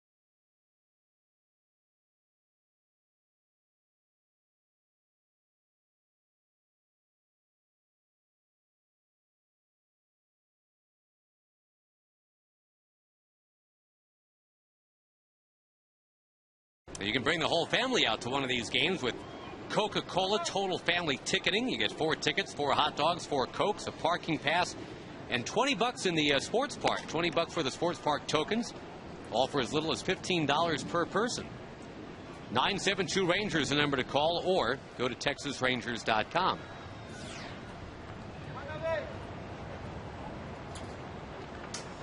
Chris Ray will take over for the Rangers now. He is the 5th pitcher used by Ron Washington today.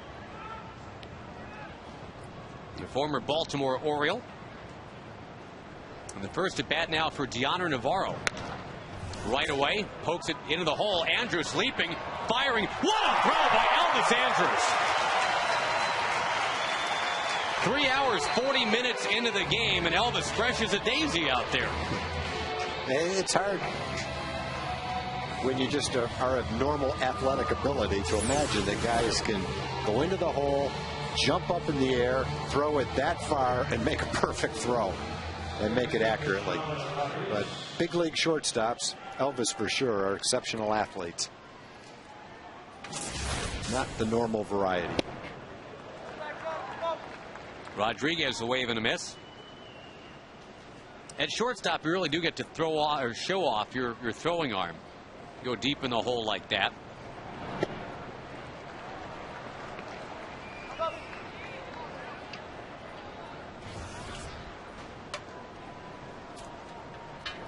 Two strikes to Sean Rodriguez.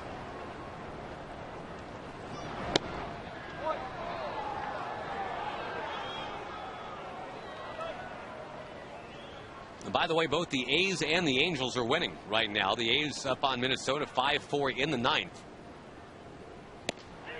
That one's on the corner. Chris Ray striking out Rodriguez.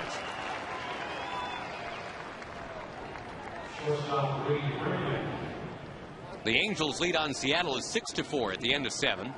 And Seattle coming here next.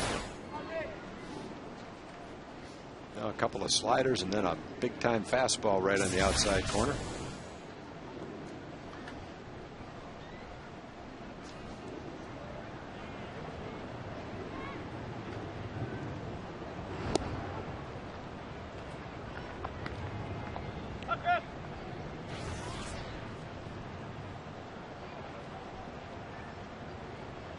Four of the last 5 batters in this game have struck out now.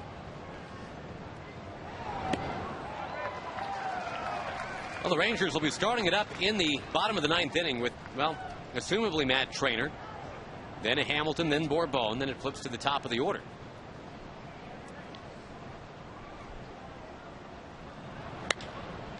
Kinsler can't get it over his head.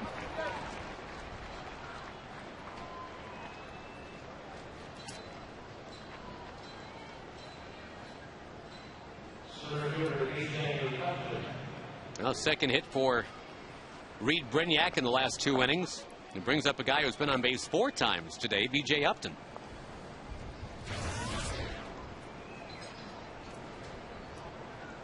Tom, in that Angels-Mariners game, Mike Napoli has a home run. That's number 9. Napoli's been playing first base with Kendry Morales out. If they don't end up making a trade, I wonder how all that is going to play out. I mean, obviously Napoli's bat. If he becomes an everyday player, that's a nice thing for the Angels to run out there. Jeff Mathis can be the everyday catcher. But Napoli obviously hasn't played a lot of first base. Yeah, I think they're going to come up a little short defensively at first base. And although Napoli has some power, I think if you play him every day, I'm not sure what he's going to hit for average. He'll hit some home runs and knock in some runs for you, and I think he'll do a solid job there. But, you know, unless there's something about Napoli playing first that I'm not aware of, I would say that he's more of a guy that has value as a catcher and a guy that can fill in at first base occasionally, rather than a guy that you're going to think about playing at first base for the last 100 games of the season. I wouldn't think they'd view him that way.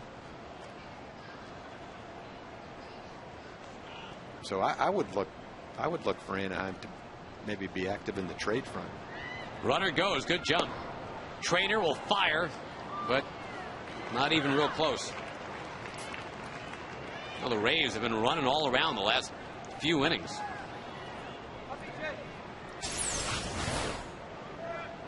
Leading stolen base team in the majors. They've swiped 3 in the last 2 innings.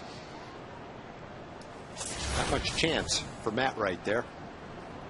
Pretty good jump for Brignac.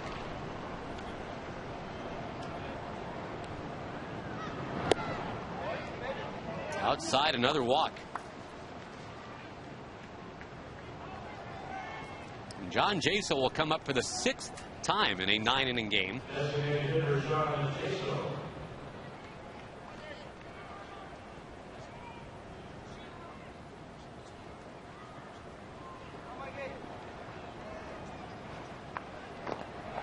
Tommy Hunter and the Rangers kept the Rays down to just 1 run yesterday. That was a complete game effort for Tommy. Today it's been 5 pitchers used. And another one of those games where the Rangers have exhausted a lot of pitches.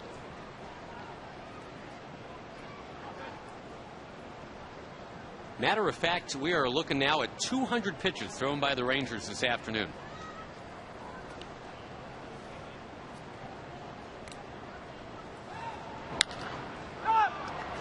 High fly ball and foul ground. Michael Young, yeah, he's going to give it a look, but not quite. Yep, in the second row or so, and then bouncing way back. It just puts a lot of pressure on the bullpen when you have to throw 4 innings, and that was what the bullpen had to do today, is throw 4 innings. But they're in much better position to do it today after Tommy Hunter threw a complete game yesterday. They got the day off, but they had to work hard today. Yeah, the benefit of what Tommy did. Well, actually, yeah, I mean, will keep on being felt tomorrow when you think about it. It's going to be a tuckered out bullpen as it is. Imagine if they had to be used for 3 innings yesterday, too. Tommy all the way yesterday, 117 pitches. Harden had about that total to get through 5 today.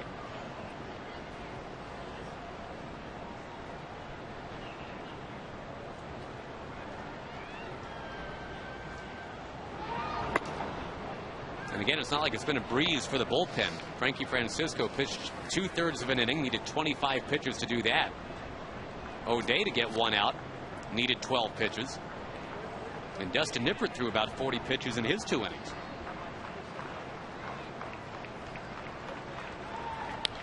Generally, the bullpen comes in and is pretty efficient as far as the pitch totals that they throw per inning. But today, you're right. Today has been short stints for the guys, but an unusually high number of pitches for each one of them, based on how long they pitched. And Chris is going to be right around 20 pitches if he gets Jaso here. More than that if he doesn't.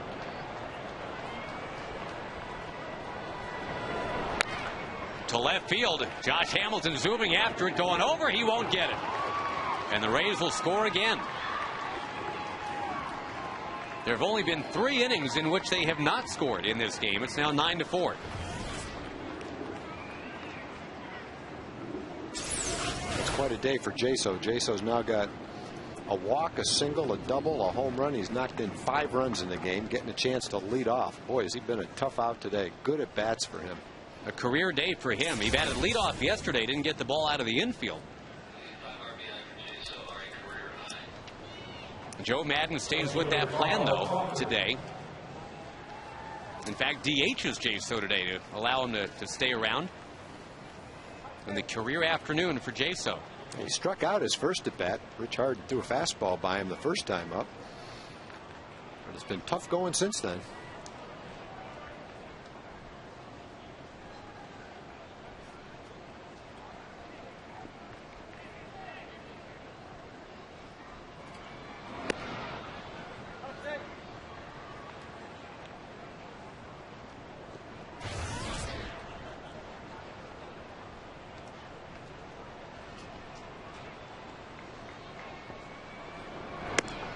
Crawford taking up and outside, and again the story in large measure tomorrow will be just how many pitches the Rangers needed to throw.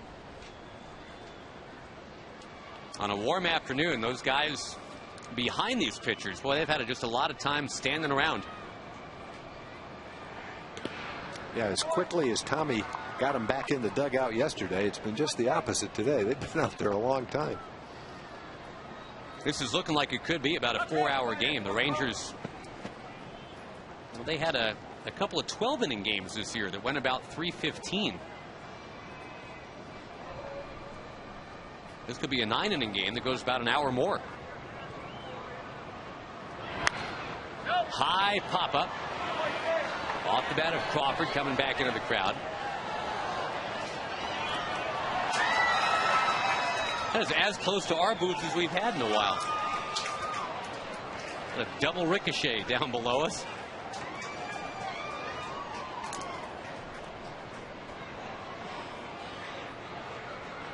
A little excitement in that section.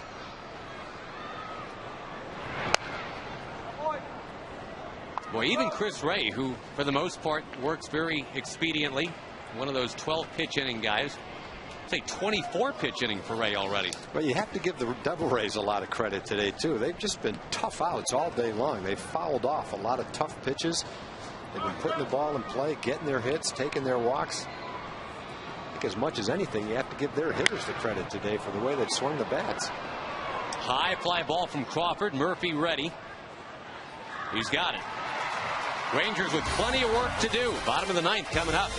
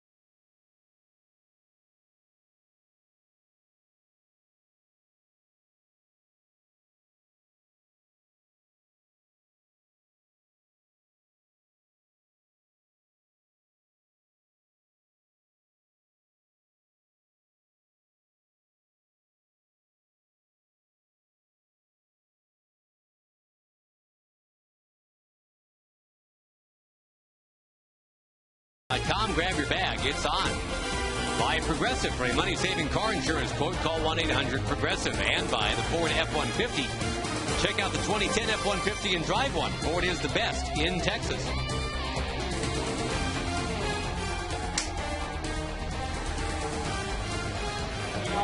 Last chance for the Rangers. They have not been blown out much at all here in 2010. Down by 5 runs qualifies. Is about the closest thing to that all year. They're about to face an old friend right now in a 9-4 game. Joaquin Benoit. You talk about just roaring in here and getting it done. He was putting up numbers like that at AAA too. Kind of forced the Rays' hand to bring him up. This is just silly. Been in 13 games, has no ERA. Opponent's batting average of a bingo number, 0.56. Well, Joaquin's been hurt the last couple of years. I don't know that he's ever put up those kind of numbers as a Ranger, but he had some pretty good years for the Rangers. One really good year. Good fastball. We've seen him come in, throw 92 to 94 with an excellent changeup, and I'm sure he's featuring the same kind of stuff right now. 9-4 lead for Tampa Bay. Joaquin left the Rangers as the longest tenured member of the organization. He was here 14 years. A lot of that in the minors, of course, but no one has pitched more games on this mound than Joaquin Benoit. The team obviously has been here since 1994 in this facility. And nobody has been walking around the top of that particular dirt more than the Santiago Dominican Republic native Joaquin Benoit.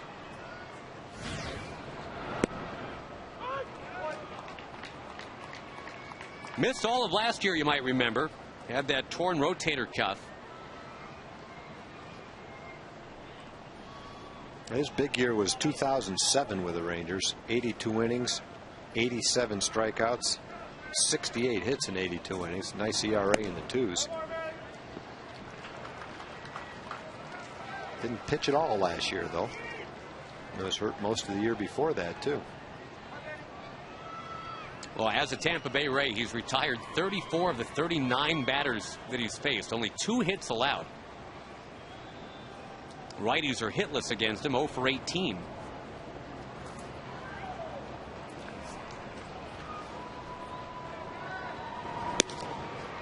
Now 3-2. He signed with the Rays in February, just as spring training was beginning, as a minor league free agent.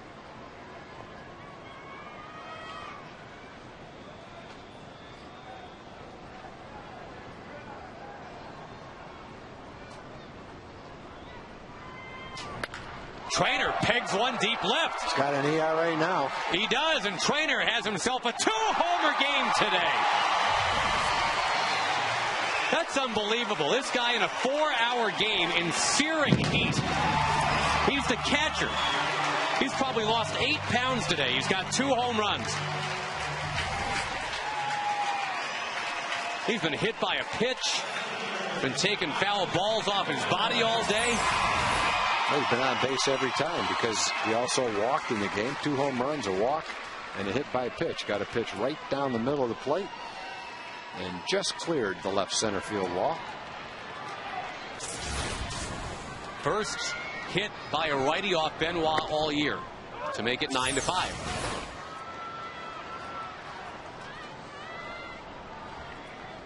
Seems like 3 of his 5 home runs now this year have been right around there. Over the wall by maybe 3 feet. Out there to left field near that scoreboard.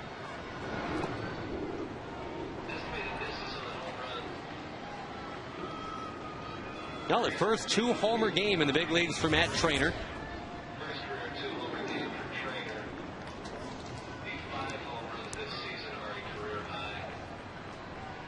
Josh Hamilton had the pinch hit single in the 6th. This is his second at bat now.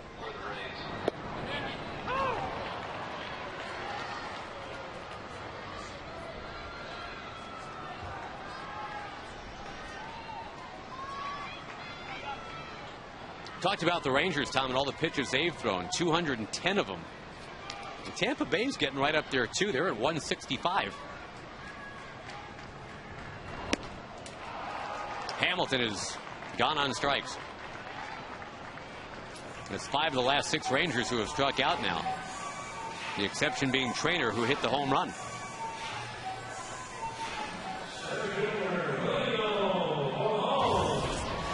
Rangers live after the game.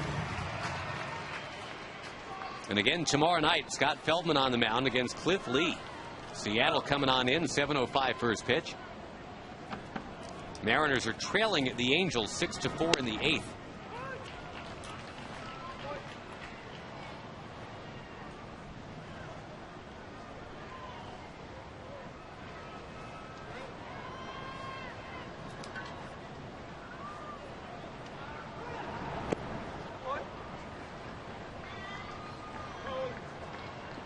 Also, the A's did hang on to beat the Twins 5-4. Gio Gonzalez getting the win to go to 6-3.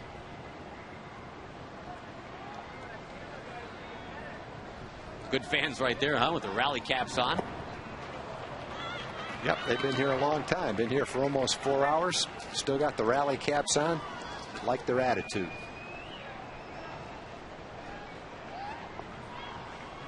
It ain't over till it's over. Little guy in the right size are starting to droop on him a little bit, though.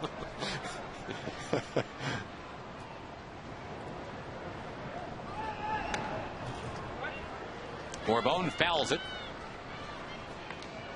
Well, the fans who have stayed here for all 4 hours today, that's pretty impressive, no doubt about it. Hot afternoon. Watching two first-place teams have at it, though. Dave Tremblay came to the game and dressed up in a Ranger shirt. Still 1-2 to Bourbon against longtime Ranger Joaquin Benoit. And yet another foul ball. Chris Guccione, the home plate umpire, took the brunt of that one. Yeah, Chris, you know, talking about the players, and they have been out there a long time, especially the catchers, but that's not an easy day for the home plate umpire. No, he's ready for a... The big difference is Chris is crouching down, bearing down, making all the calls for somewhere around 400 pitches, but he doesn't get to go back into the dugout between innings. No. He stands out there all day long. That's a tough assignment today for the home plate umpire. And the broadcasters get on him when he misses one, right? I mean, yeah. If he's gone 397 for 400 today. We'll find the 3 he missed. Yep. Bourbon, another Ranger strikeout victim. This Tampa Bay bullpen has been real good. Trying to make sure that Matt Garza wins it. He would go to 6-4. Rich Harden would fall to 3-2.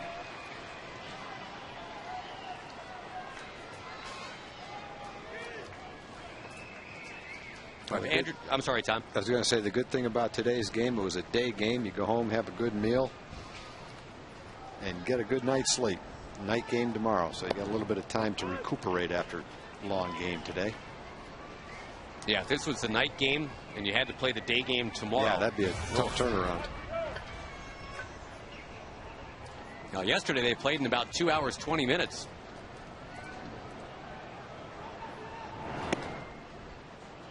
And Tampa Bay gets to go home and have an off day tomorrow, so they're in pretty good shape too, getting ready to start a homestand against Toronto and Florida.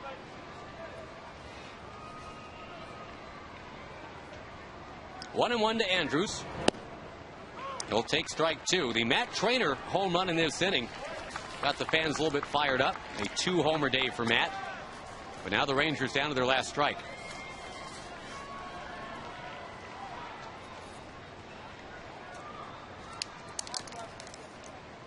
Benoit brings it. I believe we're now officially at the 4-hour mark here, Tom. 7 after the hour. Okay.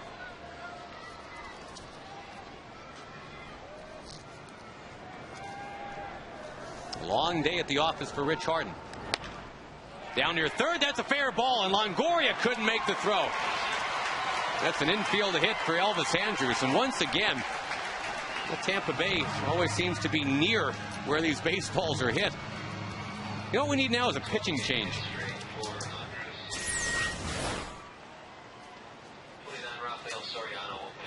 Rafael Soriano, their closer, has not had anything to close.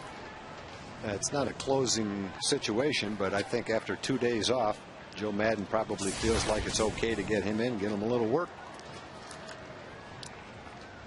Well, Benoit, who hadn't given up a hit to a righty all year, gives up 2 in this inning. And here comes Soriano.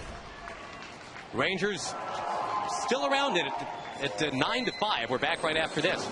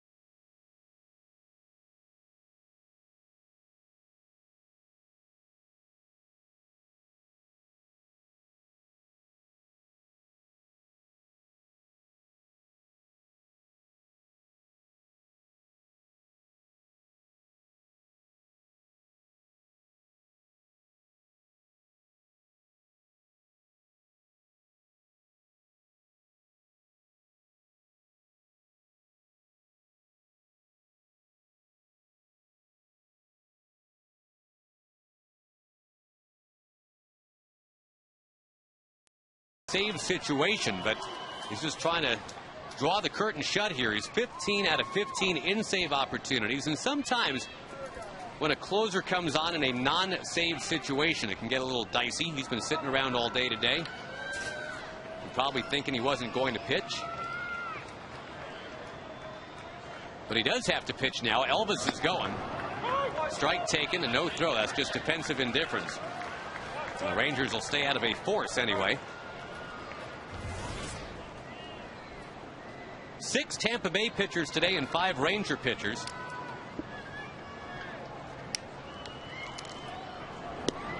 If Young and then Kinsler can get on, you would have Vlad Guerrero coming up with a chance to tie this game.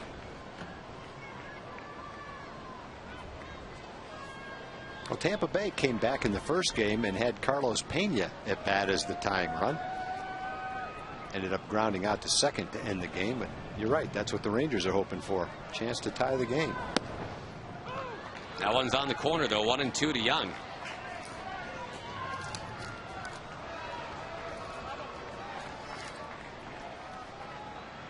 Both the Angels and the A's looking to gain a game on the Rangers if they can't rally.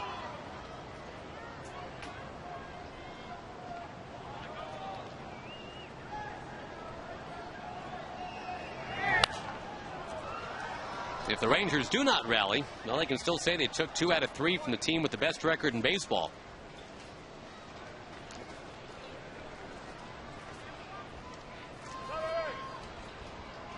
Crowd that started out at close to 27,000 today.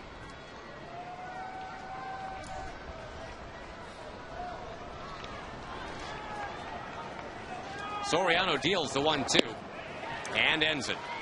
Young down on strikes. Tampa Bay takes the finale. The final is 9-5. Rangers Live is on standby. We'll send you there in just a bit. The Rangers take 2 out of 3 from Tampa Bay.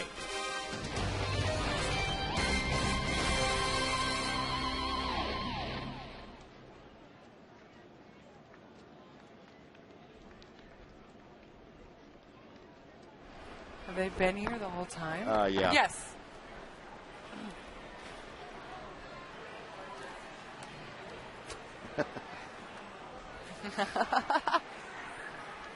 Ooh.